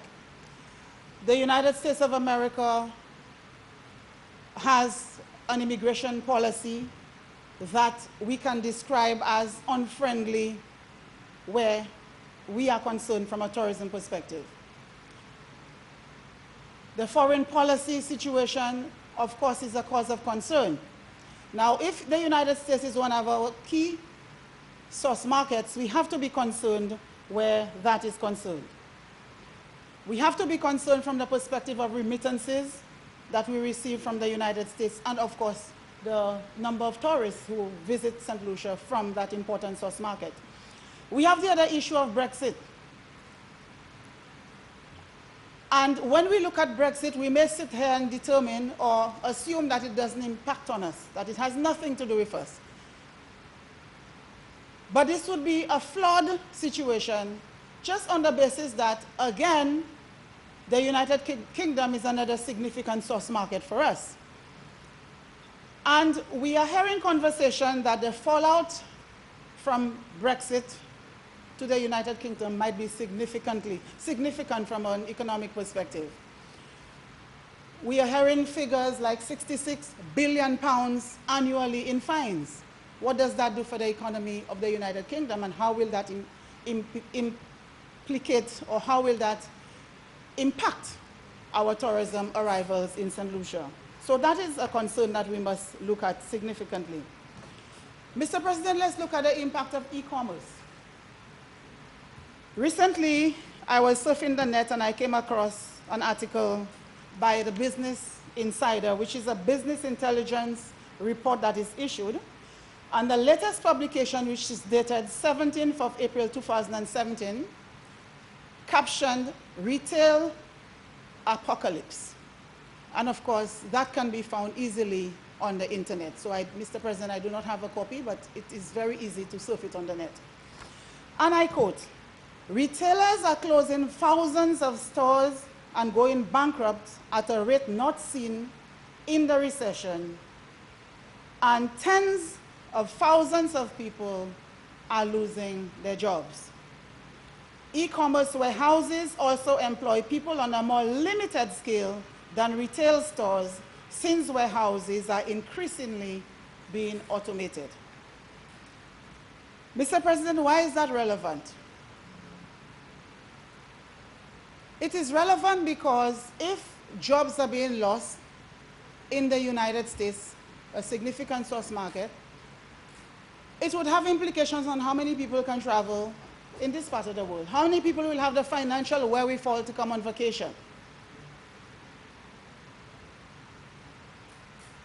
Just to give some statistics on that score, store closures in the United States for this year is projected to be 8,000. 8,000 stores. And when we're talking about stores, we're talking about large stores. You hear about Sears, JCPenney, Macy's, large stores employing significant numbers of persons. These stores are closing due to e-commerce. In the last 5 years, 21,000 stores closed down, we are told. And for the rest of the year, we are hearing there are significant others, plus down the road, it is going to be continuing. Why am I saying all this? When we are looking at increasing the country's debt stock, Mr. President, we need to do so being very mindful of those key risks that are facing us as a country. And we need to ask ourselves, should we continue to put so many of our eggs in the tourism basket? And also, when we talk about foreign direct investment, because we have the CIP program where we're trying to attract investors, I am not saying it's a bad thing to do so, but we need to consider the implications of these global events on investors that are looking for countries or looking for opportunities to invest.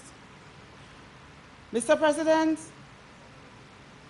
I would advise our Minister of Finance to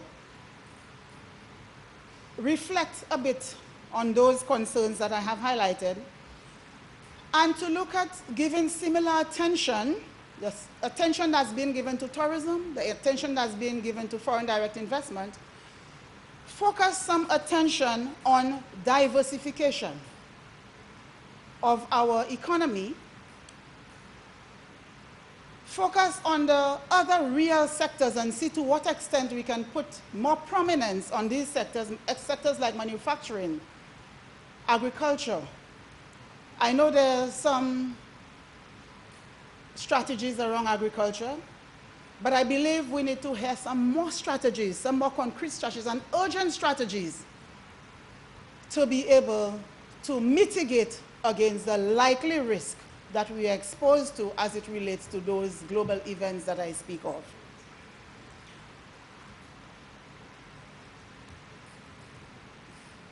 Mr. President, that brings me to expenditure management. Expenditure management is another key element when we're talking about debt management.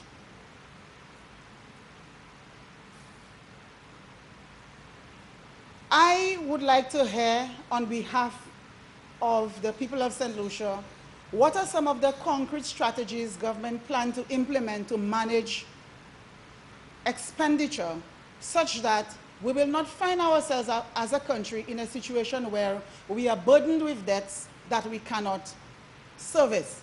So far, we've been very, very lucky, very fortunate as a country in that while our debt stock is heavy, our debt exposure is heavy, we have never defaulted as a country. And that's the last thing we want to happen. We want to be able to maintain that healthy situation. So therefore, I will repeat, Mr. Minister of Finance, we need to have some strategies around management of expenditure. And in that regard, avoidance of wastage. Avoidance of wastage. I think government needs to establish a very robust plan to address this critical area. And when I talk about plan, that plan should have elements where there's examination of controllable costs. There are some costs that are controllable that government can be looking at. And when we speak about wastage, inefficiency, malfeasance, I believe that there are things that the government can do to mitigate and to manage those cost elements. Just to offer maybe just a few suggestions, and I have to, in this house, I believe I have mentioned that before, in terms of implementing projects, developing projects, implementing projects, conceptualizing projects, we need to analyze in terms of what is the cost versus benefit of those projects. Is there a cheaper way to do this? Is there an easier way to do that? What are the key benefits? And I heard some of the conversations here today. You know, how can we do it such that it benefits a wider cross-section of the community?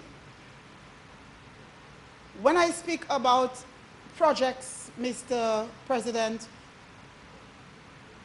what comes to mind is our road infrastructure and how it is being managed. I remember driving to Viewfort via the East Coast recently, and I was just observing a new bridge being built down at Reach 4.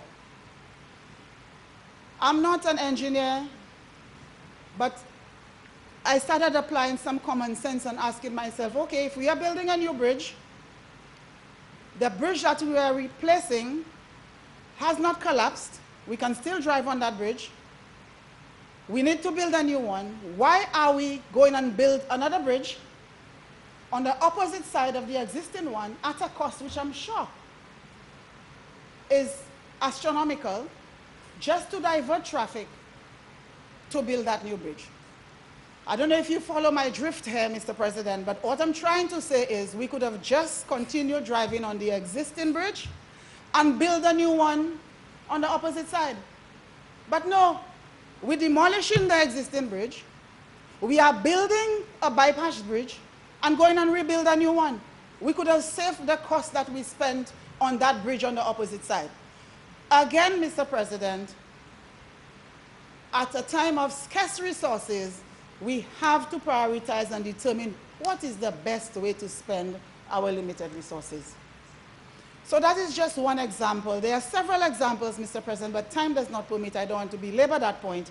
But I'm sure honorable members can reflect on a number of examples where we can be more prudent in the way we expend monies because resources are scarce. Mr. President, it would be remiss of me not to talk about finance costs, because when we are talking about borrowing more money, we have to look at the cost.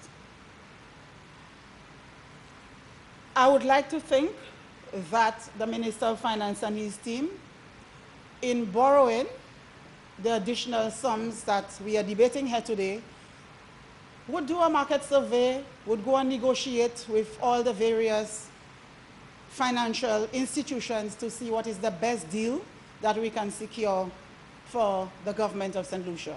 We are rolling over some bonds, we are told. We're rolling over bonds to the tune of $262 million. And we see here a rate of 750 basis points quoted in respect of such expenditure.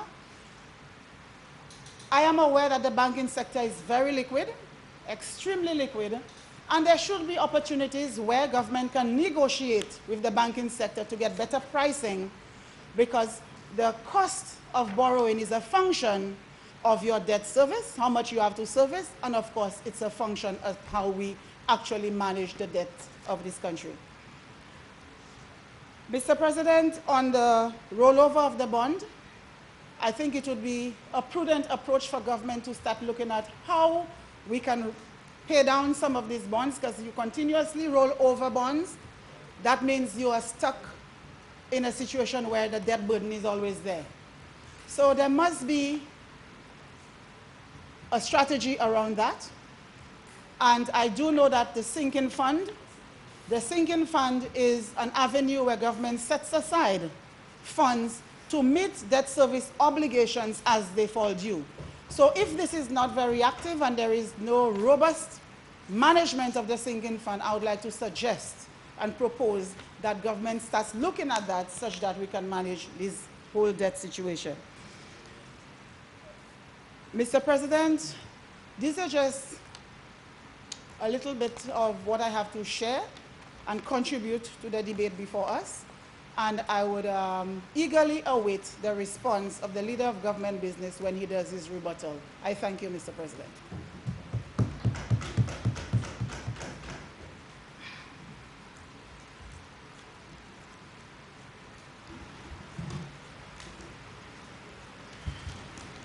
Minister for Health and Wellness. Thank you, Mr. President. Good morning, fellow senators, workers in the Senate this morning. Well, of course, I join those who have gone before me in saying that it is refreshing to see my fellow senators sitting here this morning with us. That is an indication that you are taking government's business seriously. Of course, much has been said, and I just want to say that I have heard a lot about what is in it for the people of Saint Lucia. I want to say that I stand in support of the National Savings and Development Bonds Act. But I have to say, ask not what your country can do for you, but what you can do for your country. Mr. President, I heard a lot about teachers training and so on and so forth. And I know that, of course, these are real concerns, and we all share these concerns. But I want to say that when you expand money in programs, you have to be able to see what benefits are coming out of these programs. You have to be able to review, you have to be able to assess, and out of these reviews and assessments, then you are able to come out and propose the way forward. So I want to recall a time in Canada when the government required that every teacher be retrained in the area of management. Every teacher was required to undergo a term of study, at the end of which they were required to produce a degree, a first degree, or above in management.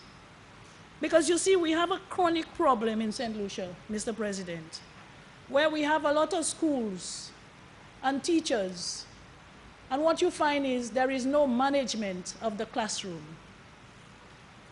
People are not able to manage their classrooms, and that is a fundamental problem in Saint Lucia.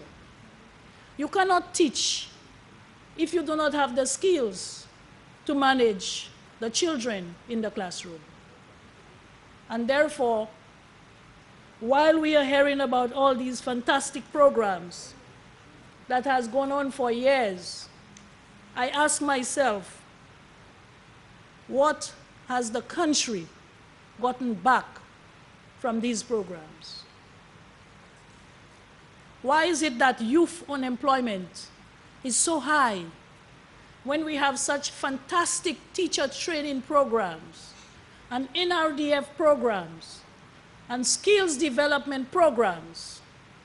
Why then do we have an unemployment rate that is so high among the youth? It's not that we are saying this is going to happen. We already have the unemployment rate. So we have to look at, in our programs, in our system, what is it that is causing these issues?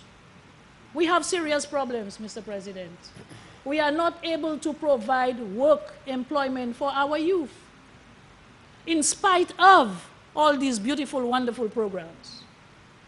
So this government has to revisit all of these systems and structures pertaining to education. And then and only then can we decide what we are going to move forward with. So I say to you on the other side, it's only a year. We were not even working within a budget of our own. We need the time to implement our plan. And of course, the plan has to be based on review and assessment. So we need the time. And this is why when I hear people complaining about what has been done, I say to them, it will be revealed in time. We know we are here to serve the first term. And of course, our programs are going to run through that time. You cannot change an entire system that is so enshrined in your society within 1 year. We need the time to do the right thing, and we need to get it right when we get it done. Mr. President, classroom management. Secondary schools, I know that you have heard that a number of these schools have to be closed because we do not have sufficient students to attend all those schools that we have in Saint Lucia. So we have to redefine our education system. We have to look at our resources and see how best we will be able to invest those resources in other areas, and in areas that's going to, of course, give us the results that we need to put our economy back on track. So we have to consider all these things when we are talking about teachers training. It cannot be business as usual when we can see that it has not resulted in the desired results that we need. We cannot keep doing the same thing, maintaining the status quo, and at the end of the day, expecting different results. We must change it. We must change things. And I hear you emphasize on skills development. Of course, you and I will both agree that when we need a skill in this country, someone to perform sometimes menial tasks, a toilet has broken down, that person comes back 3-4 times just to fix up a toilet. We see it in the schools. We see it in all our institutions, in the government buildings. Any little thing, the technician, the skills person has to keep coming time and time again to get that one thing fixed. Sometimes the thing cannot even be fixed. They have to throw it out and get a new one. And it's not because it's so old sometimes. It's just because they cannot get it right. So we have to be very careful. And again, I go back to ICT. Yes, you said ICT has been there for a very long time. But what is it that we have gotten out of this ICT program? We introduced laptops in the schools. And I'm not saying this side or that side. I'm saying we introduced laptops in the school. And I had children at my own home who got these laptops. And I'm telling you, I witnessed it myself, and I've said it in this house. A lot of these laptops went in the wrong direction. A lot of these laptops ended up in hands that they were not given to. A lot of these laptops put children in trouble. And have we assessed, have we stopped and had an assessment of these programs, the laptop program? Was it good? Was it not good? We see pornography running rampant in our schools today. I am not saying that that is why. I'm just saying that that gave a lot of access to people who would not necessarily have that access. It is a perennial problem now, pornography in our schools. live video. You understand? I'm not pointing fingers the other side, and that is the problem we have. Okay? That is the problem we have. I am saying the laptop program, did we do an assessment of that program to determine whether we need to continue along those lines? Whether it did more harm than good? What was the program all about? The money that we spent on that program, was it worth it? So, Mr. President, and then I heard about the job market, CHTTI and the job market. But is it not better that we have programs than we have nothing at all? Because when you talk about the job market right now, where is the job market? Close to 50% youth unemployment. Do you really have a job market?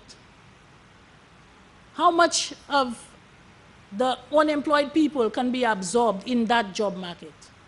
So anything and everything we can bring on board that is going to result in a reduction in employment, anything that's going to create work for our people, decent employment for our people, I believe I would welcome that greatly.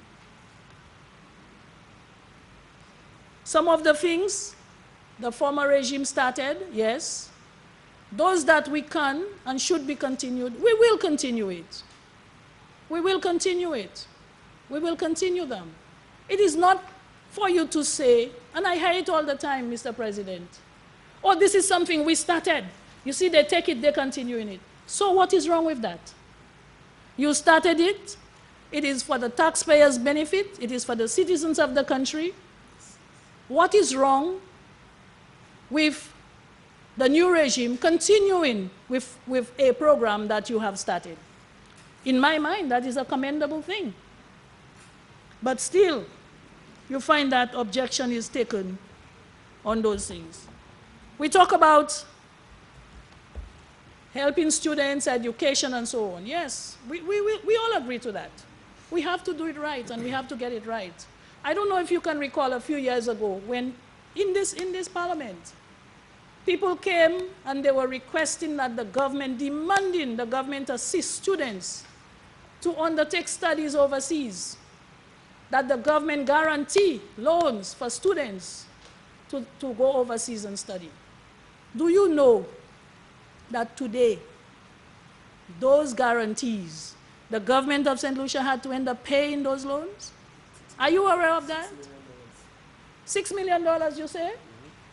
The senator here, $6 million. We have to pay for those loans. The students didn't come back. The majority of the students did not come back. Now, I'm not saying it's a bad thing, but we just have to know what we are getting into. Because these students are out there. Hopefully, they form part of our diaspora. And someday, they may say, St. Lucia gave me this opportunity, and I will pay back. But there is no guarantee. You understand? There is no guarantee. So I'm not saying that we shouldn't pay. That's why we paid. And we are not complaining. We are thanking God that we had the money available for our country to pay to support our students. But I am saying these things have to be planned. These things have to be planned. Mr. President, I heard about the police, and yes, we have to join in commending the police, who of course spend such valuable time with the students in the schools and everywhere else in society whenever they can. Some of them have done a wonderful job, and we of course join you to commend them for the good work that they have done. Mr. President, I want to say here today, in terms of consultation, consultation can take many forms, and they can happen at many stages in a process. When you have leadership in place, there are certain things that the leadership is expected to put in place. And these are the things that we are putting in place. Some things you have to consult on, and of course, that is being done as far as I know. This administration is an administration that believes in consultation. But you cannot consult a people when you have not even finished your own assessment of a situation. So your proposal is not complete, but you want to go and consult the people. How can that work? You have an incomplete proposal, but people want you to consult them. That cannot work. That cannot work. Now, we came into office and we found many things, Mr. President, already on the books.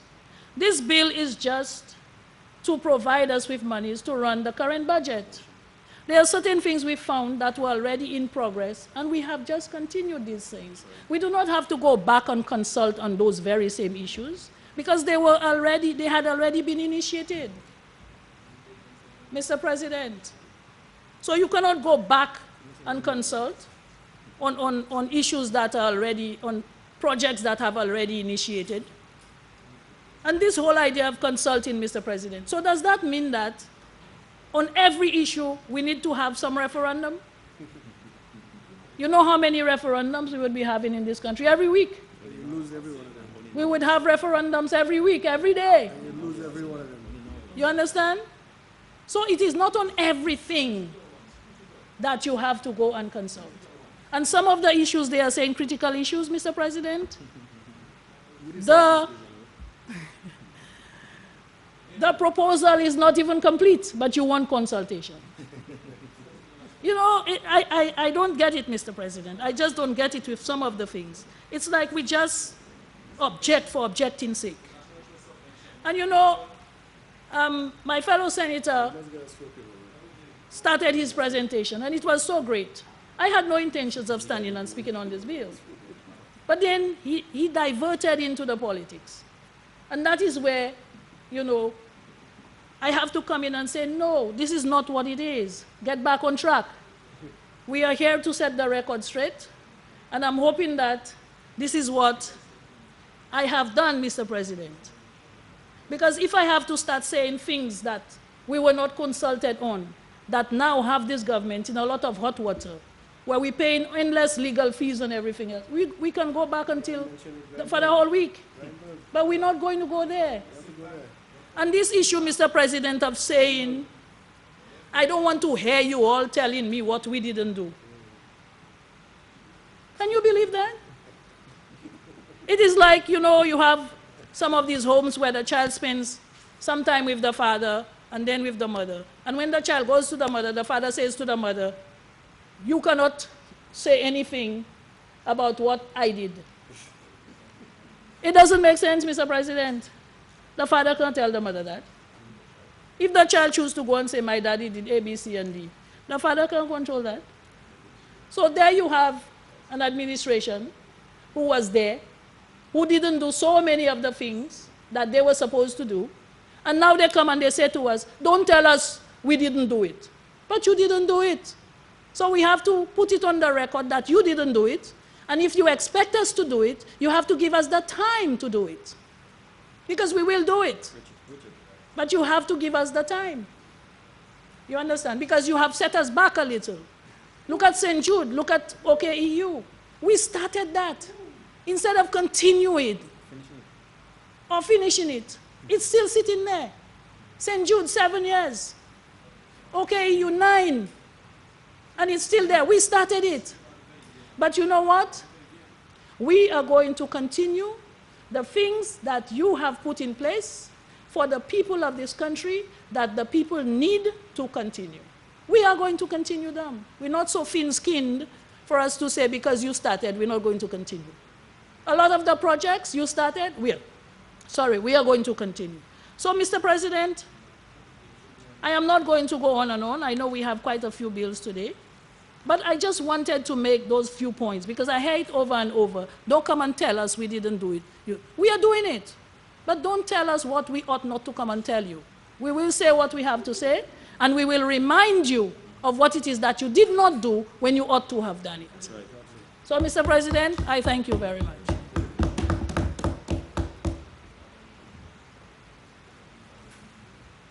so you don't always be done. Huh? You can speak later. Begin. Oh, all right. There you go. You go.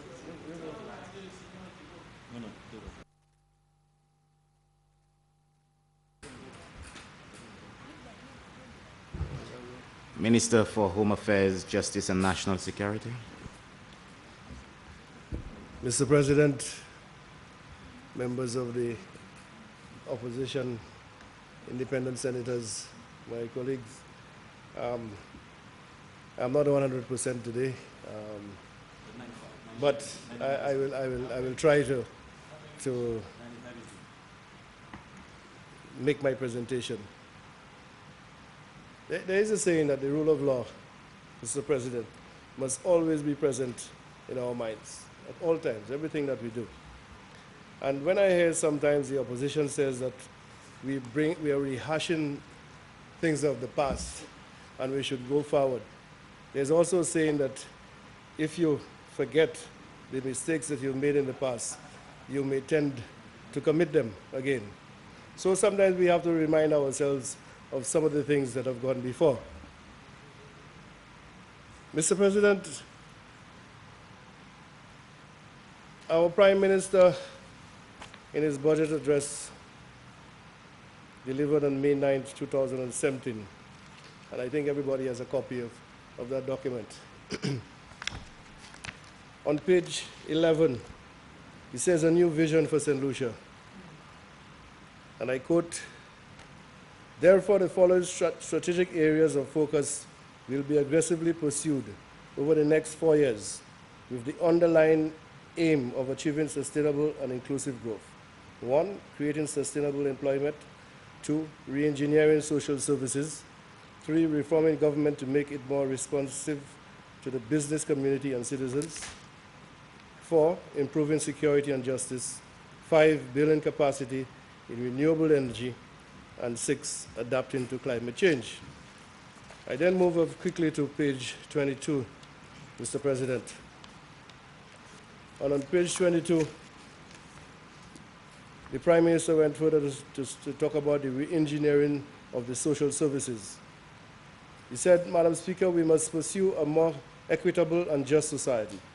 All sections of our population, particularly the most vulnerable, must have access to a system that provides support and services, and we must build a society that is proactive and embraces risk in a positive way.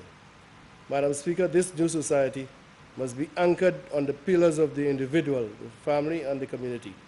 Accordingly, our social services regime must be reoriented. Our newly configured Ministry of Equity, Social Justice, Empowerment, Culture, and Local Government, and Youth Development and Sports has been tasked with the responsibility of bringing life to this vision."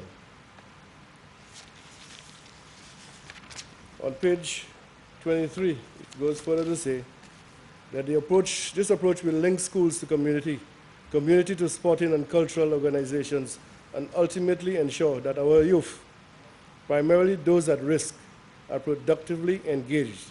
It will also serve to maximize the use of our school plants and community centers, which traditionally are underutilized for significant periods of the day.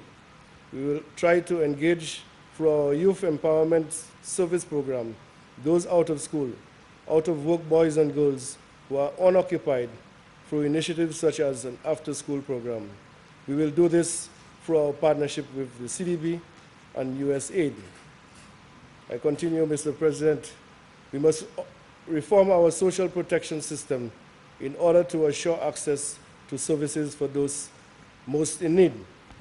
And finally, we will also, after years of delay, finalize a targeted instrument, the SL-NET proxy means test, to ensure that we can categorically identify those who require the state's support. I want to stress that this instrument, which will incorporate income and non-income criteria, and will be administered and utilized by all ministries, agencies, departments, and organizations delivering state-supported and or endorsed social services.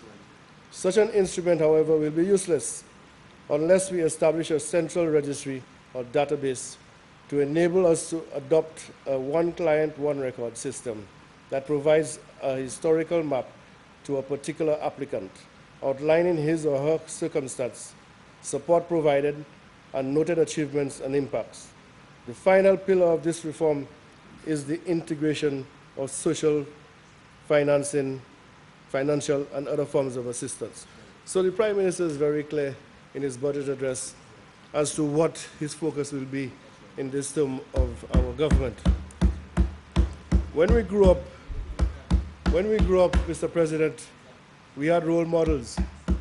And I will just name some of my role models when I was growing up. Sir Vincent Flosack, Sir Derek Walcott, George Belvin Compton, George Odlum, Peter Josie, Mindo Phillip. These were some of the persons that we looked up to. I remember following George Odlum very, very closely because as far as I was concerned, he was one of the most eloquent speakers Saint Lucia has ever produced. So I followed him with a passion. These days, Your Worship, Mr. President, you don't have the role models anymore. And this is why our young people are going astray. Housing is and will be a major component of our strategy. When we look at the housing stock that we have, and again, we must go back to our friends on the other side. For 5 years, what housing area that it developed? Name one. None whatsoever. We are now in our first term, and we are ready. If you look at the Marigo development, you will see the number of houses going up there. The Forestier development has just started, and many more to come. Mr. President, this is a government that is taking proactive action. We look at the police force and the justice system. And our former Prime Minister was a lawyer, and somebody who would think that would pay particular attention to the justice system. But sometimes I felt, or I feel really, that he sabotaged the justice system. No courthouses, no magistrates, police officers. When an impacts report was given to him, came on television and lambasted the police officers in his Christmas address, saying that police officers are still not taking responsibility for their actions. So you have demoralized the police force. And then we now have to come back and fix the problem. But we will do that with time. We now have a DPP. We have a deputy DPP. We have strengthened the offices of the Attorney General. And things will work. Things will work. I want to thank the senator from the opposition, Gibeon Ferdinand, for his contribution. I also want to thank our deputy president. I think when you listen to those and the leader of the opposition to a certain extent, these were enlightening. I learned something, and I understood what passion that they have. And so it is always said that the upper house presents better debates, and because we are professionals in our own field, you have a professional, a teacher, businessman, a banker, police career officer, and so on. So you'll find these other things. But we must go back to some of the things that persons have done. And when ministers break regulations of statutory boards, and they are being told that it is wrong, and for persons to beat their back and say, yes, don't worry, these guys, this is all right, it cannot be right. The young persons are out there. They are seeing it. If a young man does something on the streets, the police arrest him and brings him down. He's arrested and kept in there for 2 days, 3 days. But we, the leaders, we do all sorts of things, and no action is taken against us. So they don't trust politicians. They don't trust us because we do things that are not right, and yet still the law does not apply to us equally. And we have to set the standard presently. And that is why we have passed legislation that even if when we leave office 20 years later down the line, that I'm found wanting, that I will be made to pay. I listened to the leader of, I don't know if he's still a leader, but the former Prime Minister on the market steps making bold statements that we should now bring in a new crime. That if you promise the persons certain things, that you should be charged for fraud. And I mean, Where does this individual get the gall to speak about these sort of things? You know? They challenged the Prime Minister, and the Prime Minister talked about the diamol. He gave an explanation when he was asked about it. He gave an explanation of the Black Bay lands. In the House, he answered it. Up to a day like today, we have never heard the former Prime Minister say anything about Grindberg. He has never come forward to tell us why we spent 42 million US dollars on Rochomel. He has never said why we gave Frenwell, this sort of facilities when they had no assets whatsoever. He has never, for once. And he will, and I make it my duty, for as long as I'm in this house, every time I come here, I will be expounding on this until we get an explanation from the former Prime Minister. The CRO, Community Relations Branch, Senator Gideon, only 2 weeks ago I was with them when they pushed forward the program with the the sports competition. The president of the Cricket Association was present. The members of the sports officer from the Ministry of Youth and Sports was there. And I made a promise to them that I will make sure that I deal with discuss with the commissioner that they be given additional resources for the work that they have been doing.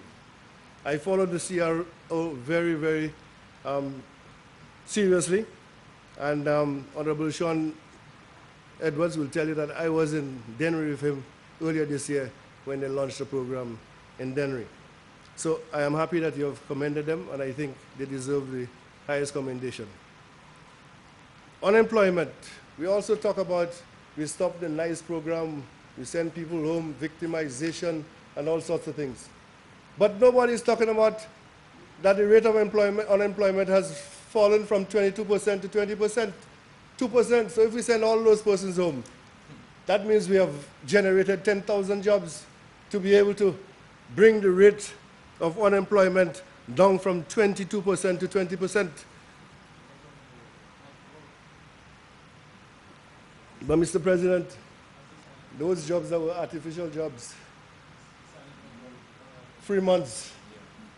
So the statistical department couldn't take care of these jobs. And that's the reason. So you give the government some due recognition when we have done something good.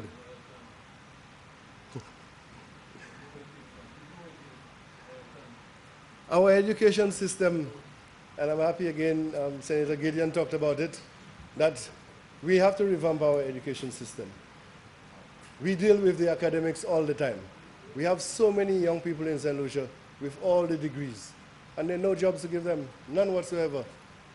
And last evening I was listening to Newsmaker Live, and an individual who I know very well called and said that, and he gave a story of a gentleman living in Swozell with a cutlass, not being able to write his name, not being able to count or do anything, but came to Castries, was given an opportunity with a cutlass, and now he's one of the biggest businessmen when it comes to landscaping, with no education whatsoever.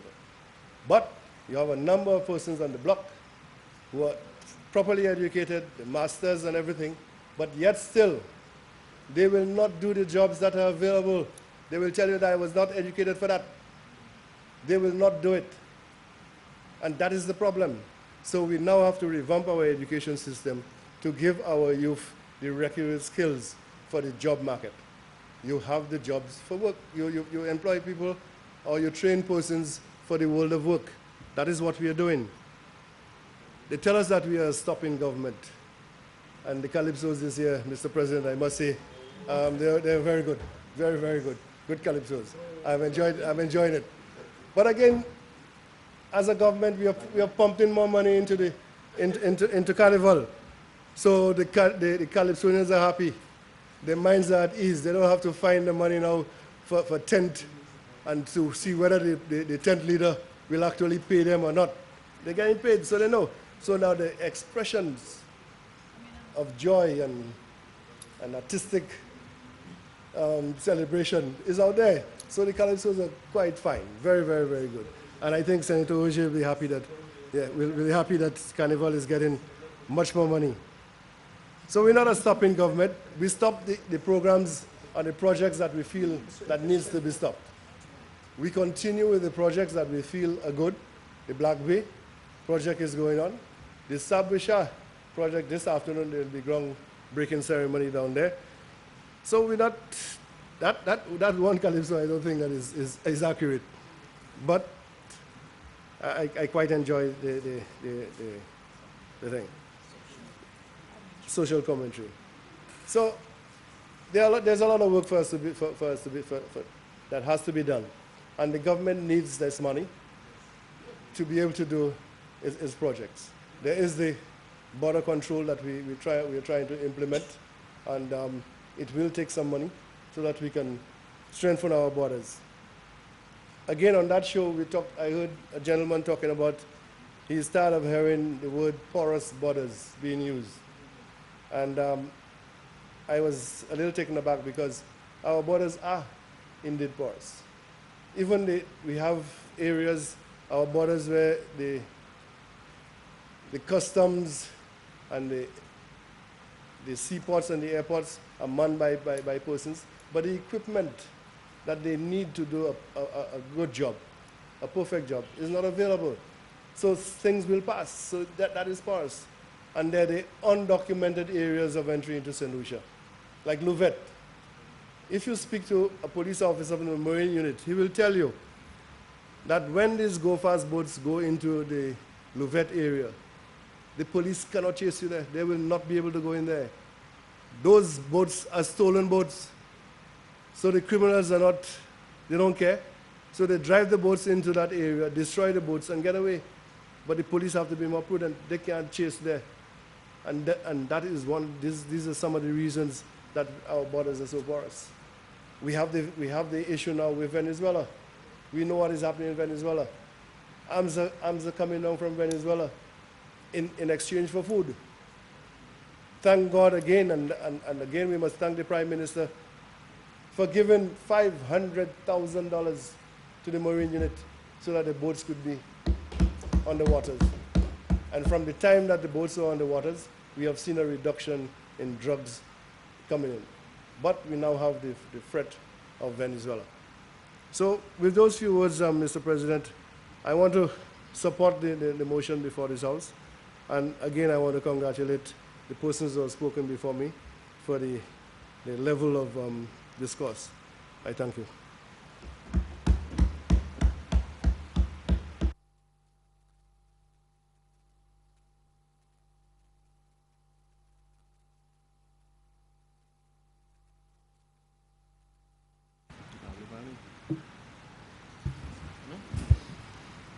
Senator Jerome Gideon.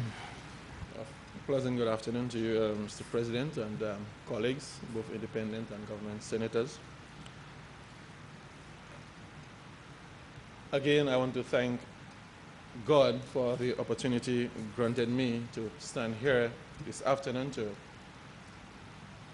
as the old people would say in the communities, to share my little 5 cents on the motion before us. In a very special way, I watched and listened very carefully, and I'm a little bit disappointed. It has nothing to do with the borrowing at this moment, but I'm just a little disappointed in the fact that today marks a very, very important day in the lives of one of our very, very important sectors in our country, and that is our fishermen. Today is the Fisherman's Feast. And this sector, Mr. President, is very, very close and dear to my heart. Reason being, many of my relatives, uncles, are fishermen. Also, I have had my fair share of fishing. Yes, I have had my fair share of it, and I enjoyed it when I had the time. So, Jordia, moi voulais souhaiter tout pécheur Saint Lucia bonne fête pécheur. Moi savais c'est peut-être dimanche, je peux aller à l'église et me fête la dimanche, mais Jordia c'est joie. So, moi voulais souhaiter tout pécheur Saint Lucia, en particulier pécheur d'Henry. C'est là que je levé au sable en mer, je aille en mer, je édite en note, je lave en note, je fais tout le bagage qui est parti en péché. Je fais commission pour aller en mer. So, moi, je dois dire pour dire, moun kon obéissent. Moun kon c'est Jimoa. Moun kon John Cox.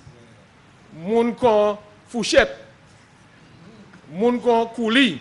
Oui, c'est non nous qui en les terres. So, vous connaissez nous yo. Non, vous connaissez nous. Moun kon Kouli. Moun kon Tihoul. Moun kon ils sont de la pointe. Tous ces gens n'a souhaité yo bonne fête péché. Et je suis content si je te donne aujourd'hui, je vais laisser blanc avec yo, car au type pression et qu'à enjoy kono. Ma oublié mon connexion. Et monsieur fait ou non, Denry, bonne fête péché pour ça. Mr. President,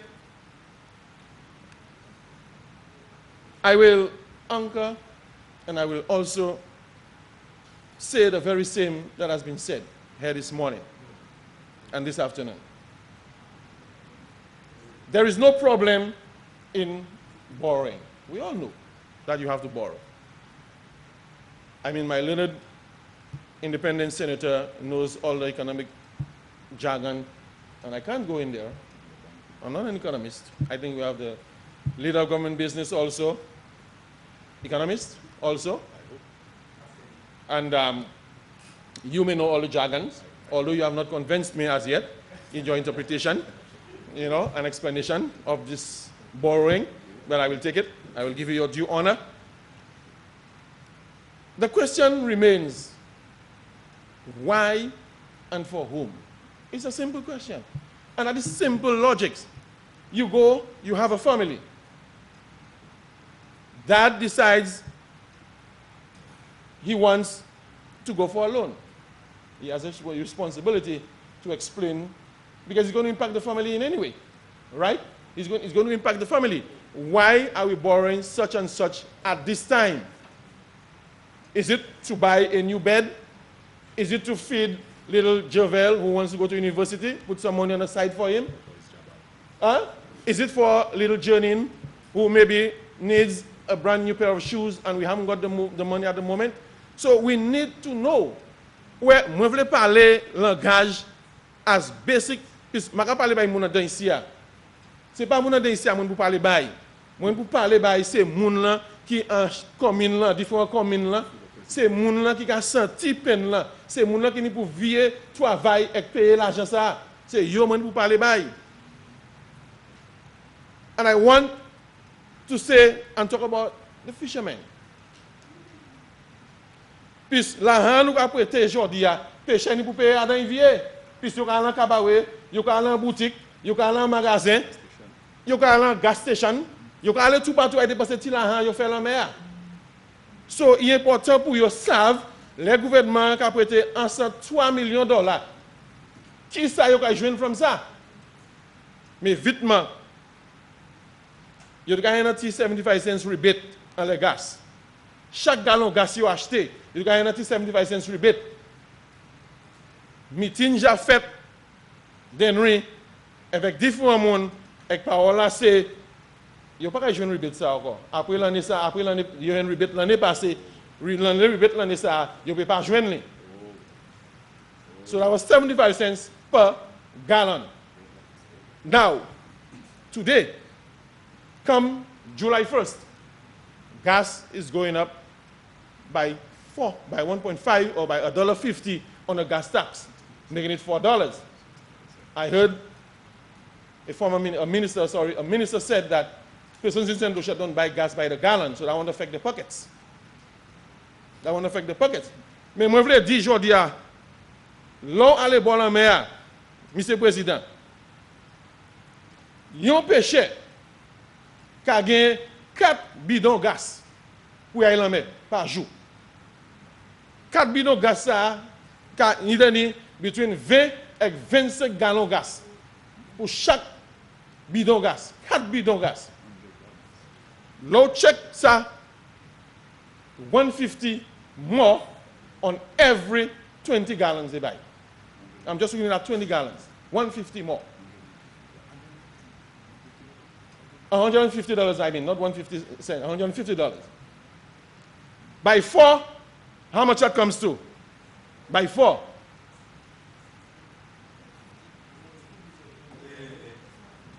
Understand? No, I have it there. I have my figures. Don't you worry. I have my figures. 150, I'm looking at 4 gallons of gas. 4 of these 20-gallon tanks. Yeah?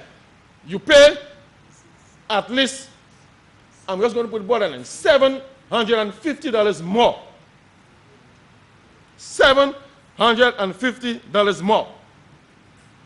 Now, pêcher ça, aller la mer, il n'y a pas de pression. Il n'y a pas de pression. Il n'y a pas de joindre alors extra après, il n'y a pas de 80 gallons of gas. Now, one of these gallons will take anywhere between $250 to $300 to fill it. Yeah? So, pêcher, qu'a dépensé un chay là en gaz. Vous comprenez? Vous avez dépensé un chay là en gaz. Si c'est moun ça aller la mettre 3 fois pour semaine là qui pas pour rien. Yo pas pour rien, yo ni pour joindre l'argent pour venir replacer ça. Now, est-ce que vous savez manière 150 ça added à les 250 qui a affecté yo? And these are the same persons who have to go to the shops. They play a very important role in the community. They play a very significant role. So much so, Yomade, si les 150 ça a venu, après nous avons prêté 103 million. 150 c'est pour un échimé, yo dit. Right? Allez la map chimé. But during our time, we had certain areas or certain persons, certain populations that were exempted. Certain populations were exempted. Bus drivers were, farmers were. But now it is round the clock. Everybody pays. So you think a fisherman will be happy? Let me explain ça by ces pêcheurs.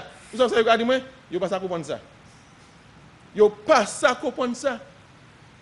Mais yet still, après yo ka payer autant l'argent towards one heshime, you still need to pay tax yo towards $103 million that nous ka prêter. Yes, and then we have a government that wants to help Saint Lucians. That's what we said. We are helping Saint Lucians. Yes? You took that into consideration when you did that? Did you take that into consideration? Did you remember the fishermen, the farmers? You remember them? So, Mr. President, I am saying today, there's no problem in borrowing. Absolutely no problem. That's part of government's function. To run its affairs, we have to borrow. But we have our concerns. We have our concerns, and we have to share the concerns because at the end of the day, it's not only the 17 plus 11 paying. It's not only the 17 plus 11. It's the entire population. The entire population.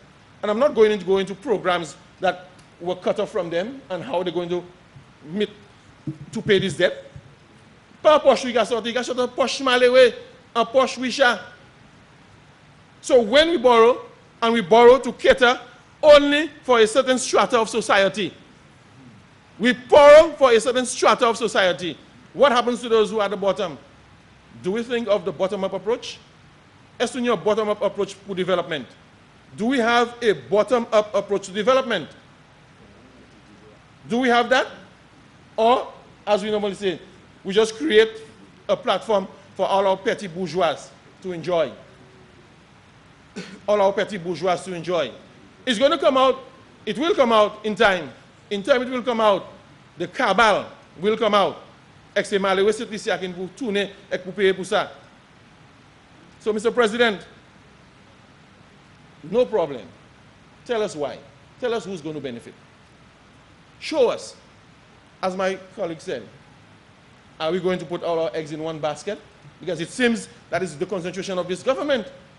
This government is concentrating only once in one sector. Like you went to say Selma tourism. Selma tourism. They don't care about the arts. They don't care about that. They have no respect for arts and culture in Saint Lucia. Look at what they did. Look at what they did. And we're not saying it because we want to say it. The examples are there. The examples are there. It is there. So how are we going to explain to these people that we are going to borrow $103 million for capital projects to run government's business, budget expenditures, and we are not in it? We are not getting a cent from it. Yet still we have to pay taxes to repay. 1.5% didn't help the poor people of this country. Go to the supermarkets and they will tell you the 2.5, sorry, thank you for your correction, sir. The 2.5 reduction didn't help the poor. And it was well said. It was well said in this house, in this honorable house, that we know that the lower class will not benefit from it because those persons have no rooms renting. And if you don't have rooms renting, it's persons with rooms and office spaces and big buildings are the ones who benefit from it when they go and get the numbers and they go get all the concessions and all the discounts and all the things. So, Mr. President, I'm not concerned about borrowing. I'm concerned about my people in Saint Lucia. That's what I'm concerned about. The people of Saint Lucia and how will it benefit the people of Saint Lucia. And I know putting it in tourism will not benefit everybody in Saint Lucia or the purposes in Saint Lucia. Because as we said, when all safety nets are broken, when everything goes haywire, you at work in a tourism will not help your child in Denry. You talk about the after-school programs and all of this by the security minister. But security minister, you should know, that's exactly a copy and paste. You know that, and yesterday we paid Ernst & Young and less money to do it, to copy and paste. You know that. You're talking about social programs, after-school programs. All of this was there. It was there. We had coaches, even on Saturdays, coaches were on the playing fields with our children, grassroots programs. It was there. It was there. You tell me you're going to enhance it, I don't have a problem. If you're going to enhance it, tell me how you're going to enhance it. Tell me how you're going to enhance it. But don't come and repeat the same thing that you know that's been done. How are you going to enhance it? How will that 103 million benefit those persons down there? How is it going to benefit us? Because at the end of the day, they are the ones are part of it who has to work to help. We have to work to help to pay the 103 million. So don't tell me it's not important to know why we are borrowing 103 million. It's important. It's important. Because in the budget, 10 million is set aside. Yeah? 10 million is set aside for Audio Labs and CHCTI. 10 million. Would that money just come by waving a wand and it's going to come into government coffers to pay? No. It is money that we're going to borrow to pay. We're going to borrow to pay it. And who's benefiting? In whose pockets it's going? In whose pockets? So we need to understand that. Don't want to make it look as we are stupid and we cannot ask questions. We have to ask the necessary questions. We have to ask the necessary questions. And it's your responsibility to answer. It's your responsibility to answer because it's your government, your budget. Okay? It is there. It is there. I don't know where. You tell me where it is. So, Mr. President, I am asking pertinent questions. I'm asking questions that concerns the people of this country. The people of this country. And so, as our dear Senator Security Minister said, he will continue to ask questions, he will continue to say things, and so I will continue to say it, I will continue to ask questions too. I will continue to ask questions in this honorable house. because it's my responsibility to answer. When I live here and I go down to Dennery, persons will ask me, and I have to answer. I'm not usurping my authority. I'm not usurping my authority. I know my place. I know my place, and I have always accepted my place. I am never one to fight for what I don't have or what I don't earn. I know my place, and I know it very well. You understand? But I'm a Dennerian by birth. I'm a Dennerian by birth, and Dennerians, I run for the politics. Dennerians will ask me questions, just as they will ask Estate, they will ask me. And I have a responsibility to answer to them. You understand? So don't make me feel as if I have no place. Moi, c'est Jean Dennery passé Stéphane. Est-ce c'est Jean Vini? Moi, c'est Jean Dennery. Senator, So, you speak to the chair, sir. Okay, so, Mr. President, we need to understand that when we ask questions, we have to answer. The powers that be need to answer. We said we are not going in the rancor of the lower house. We set in a precedence in the upper house, and we want to maintain that precedence.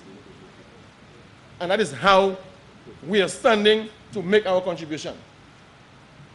Positive questions, questions that need to be asked, and we'll ask it.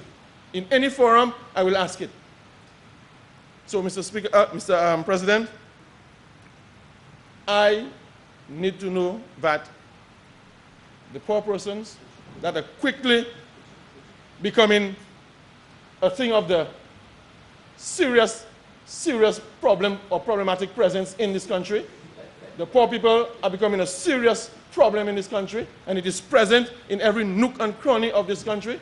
We need to address them. We need to know what is it in this $103 million for them. We need to know. And I will still continue to ask this. I don't care what you say, leader of government business, I will continue to ask. It is my prerogative, and it is my place. So, Mr. President, I want to say that St. Lucians are waiting patiently. St. Lucians, especially those persons who are cut off the breadline, they are waiting. They need to hear, they need to know, they need to see. And if they cannot get a piece of the pie, just as in the gala dinner, every St. Lucian needs a piece of St. Lucia, and they need to effectively feel comfortable in their island, St. Lucia. And so, Mr. President, I may have more to say, but I'm going to stop there for time being. Thank you very much.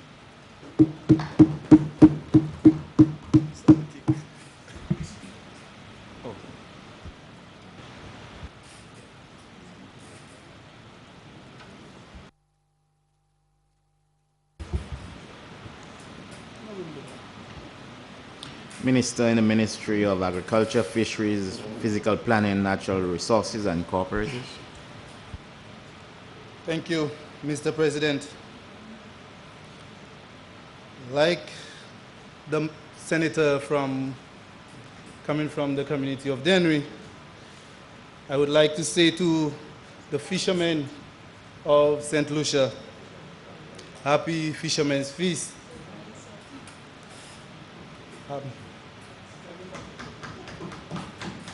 I would like to say to them, happy Fisherman's Feast. For what? For what? Okay, if you say so. Senator, always address the chair, please. Sorry about that, Mr. President. Sorry about that, Mr. President. Mr. President, like I said, I would like to wish the fishermen of St. Lucia, in particular the ones coming from the Dennery community, a happy Fisherman's Feast. The thing is, I spent quite a bit of my life in the valley, that's Dennery North. I've been living in Dennery for the past 8-9 years. So I understand, while I may not understand everything that happens on the fishing port, but I'm there a number of times, too many times, I think. Sometimes I come there, I see the member for the senator for Dennery, that is, and sometimes yourself, Mr. President. And he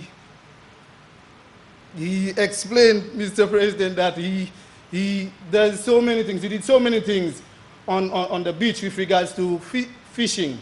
I can't say the same, Mr. President, because I came from a farming community that is, during my time growing up, it was bananas.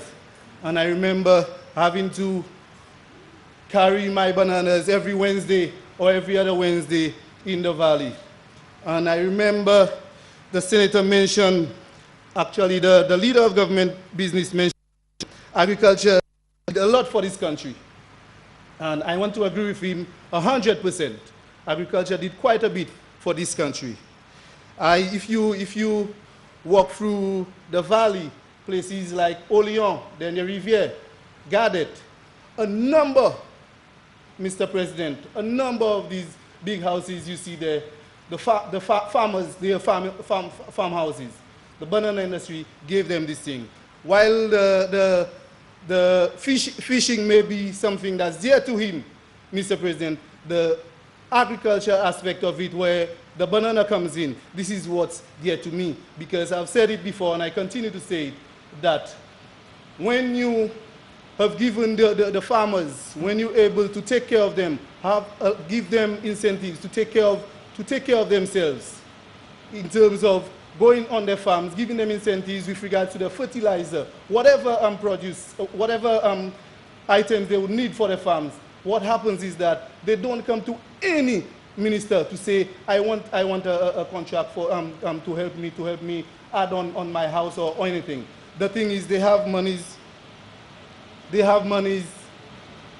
every week or every other week in their pocket. So there's no need to come and say, I want this or I want that at the end of the day. So I agree with the leader of government business, and including another senator who also stated that agriculture had been the backbone of this country. Mr. President, I want to add on something which the senator in the Mikud area touched on. Senator Ferdinand. Thank you, sir. With regards to the training of teachers, I worked in the school system for a while, Mr. President, and I understand, and I agree with a number of the things you mentioned, sir. I did, but I want to mention one thing. I'm not too sure if you're going to agree with me. A number of the teachers, we have a number of teachers who have left Teachers College, and they don't have a job. They're at home, or they're doing something else. Yet still, we have a number of persons coming from A-level, DTEMs, and they at some of the schools on the island. And I am trying to understand. I'm trying to understand why is it that we don't get these teachers as opposed to those persons coming from. I'm not against employing. I don't want you to get me wrong. I'm not against employing anybody coming from A-level who has the prerequisites. I'm not against that. But I'm just putting this out there. A question: why can't we get those individuals? A number of them. We have a number of the budget for teachers training. It was cut. But then we still have so many trained teachers who are out there and they're not working. We have a number of them, through you, Mr. President, who are not working. They're at home. I also is one, Mr. President, who believes in the business of technical vocations, more technical vocation schools. We have a number of secondary schools being built on the island, a number of secondary schools. And how many of these secondary schools are technical vocation schools, Mr. President? I remember there was one in Vieux-Fort, and it was closed down. Why? Mr. President, not every single one of our students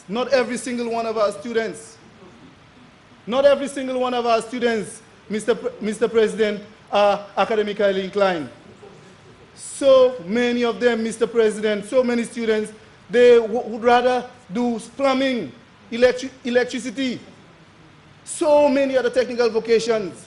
Yet still, we continue to build secondary schools, academic-based secondary schools on this island. We continue to do that. What's happening? What's happening now, Mr. President, is that a number of the schools have been merged. Why? Because a number of us are not having kids anymore. So many. We have, our population is 170,000. 170,000, Mr. President. We need to, we having less children. When well, we're saying that we're supposed to have more.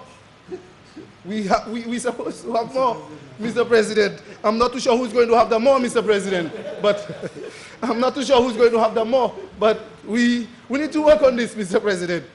We need to work on this. We need to work on this.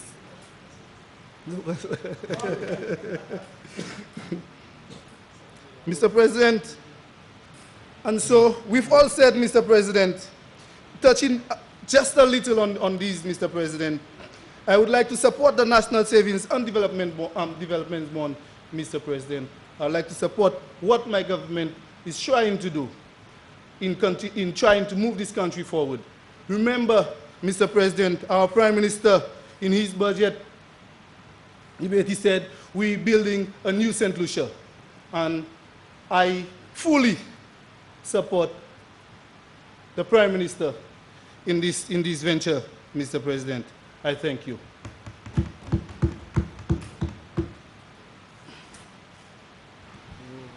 Mr. President, Leader of Government Business. Mr. President, I rise to seek Parliament or the Senate permission to suspend for a suspension until 2:30 this afternoon. Senators, the question is that the Senate, that this sitting be suspended until 2:30 in the afternoon. I now put the question. As many as are of that opinion, say aye. As many as are of a contrary opinion, say no. I think the ayes have it. The ayes have it. House is suspended until 2:30. Well, this was Senator Honorable Jimmy Henry bringing an end to the first part of today's sitting of the Senate. So far, we've heard from Senator the Honorable Dr. Ibaldas Raymond, Minister in the Ministry of Finance and Leader of Government Business, who tabled several papers, among them a report of the Directive Audit for the financial year 2015-2016 and the Saint Lucia ANC Port Authority Annual Report 2008-2014. The Leader of Government Business also tabled three motions, the first seeking parliamentary approval of the draft VAT amendment of Schedule 3 order, which amends Schedule 3 of the Act. The second motion sought parliamentary approval for the Minister of Finance to borrow $103 million for financing the 2017-2018 budget. And yet there was another motion which sought parliamentary authorization for the Minister for Finance to borrow just over $11 million from the CDB for the purpose of financing the 8th Dennery Water Supply Redevelopment Project.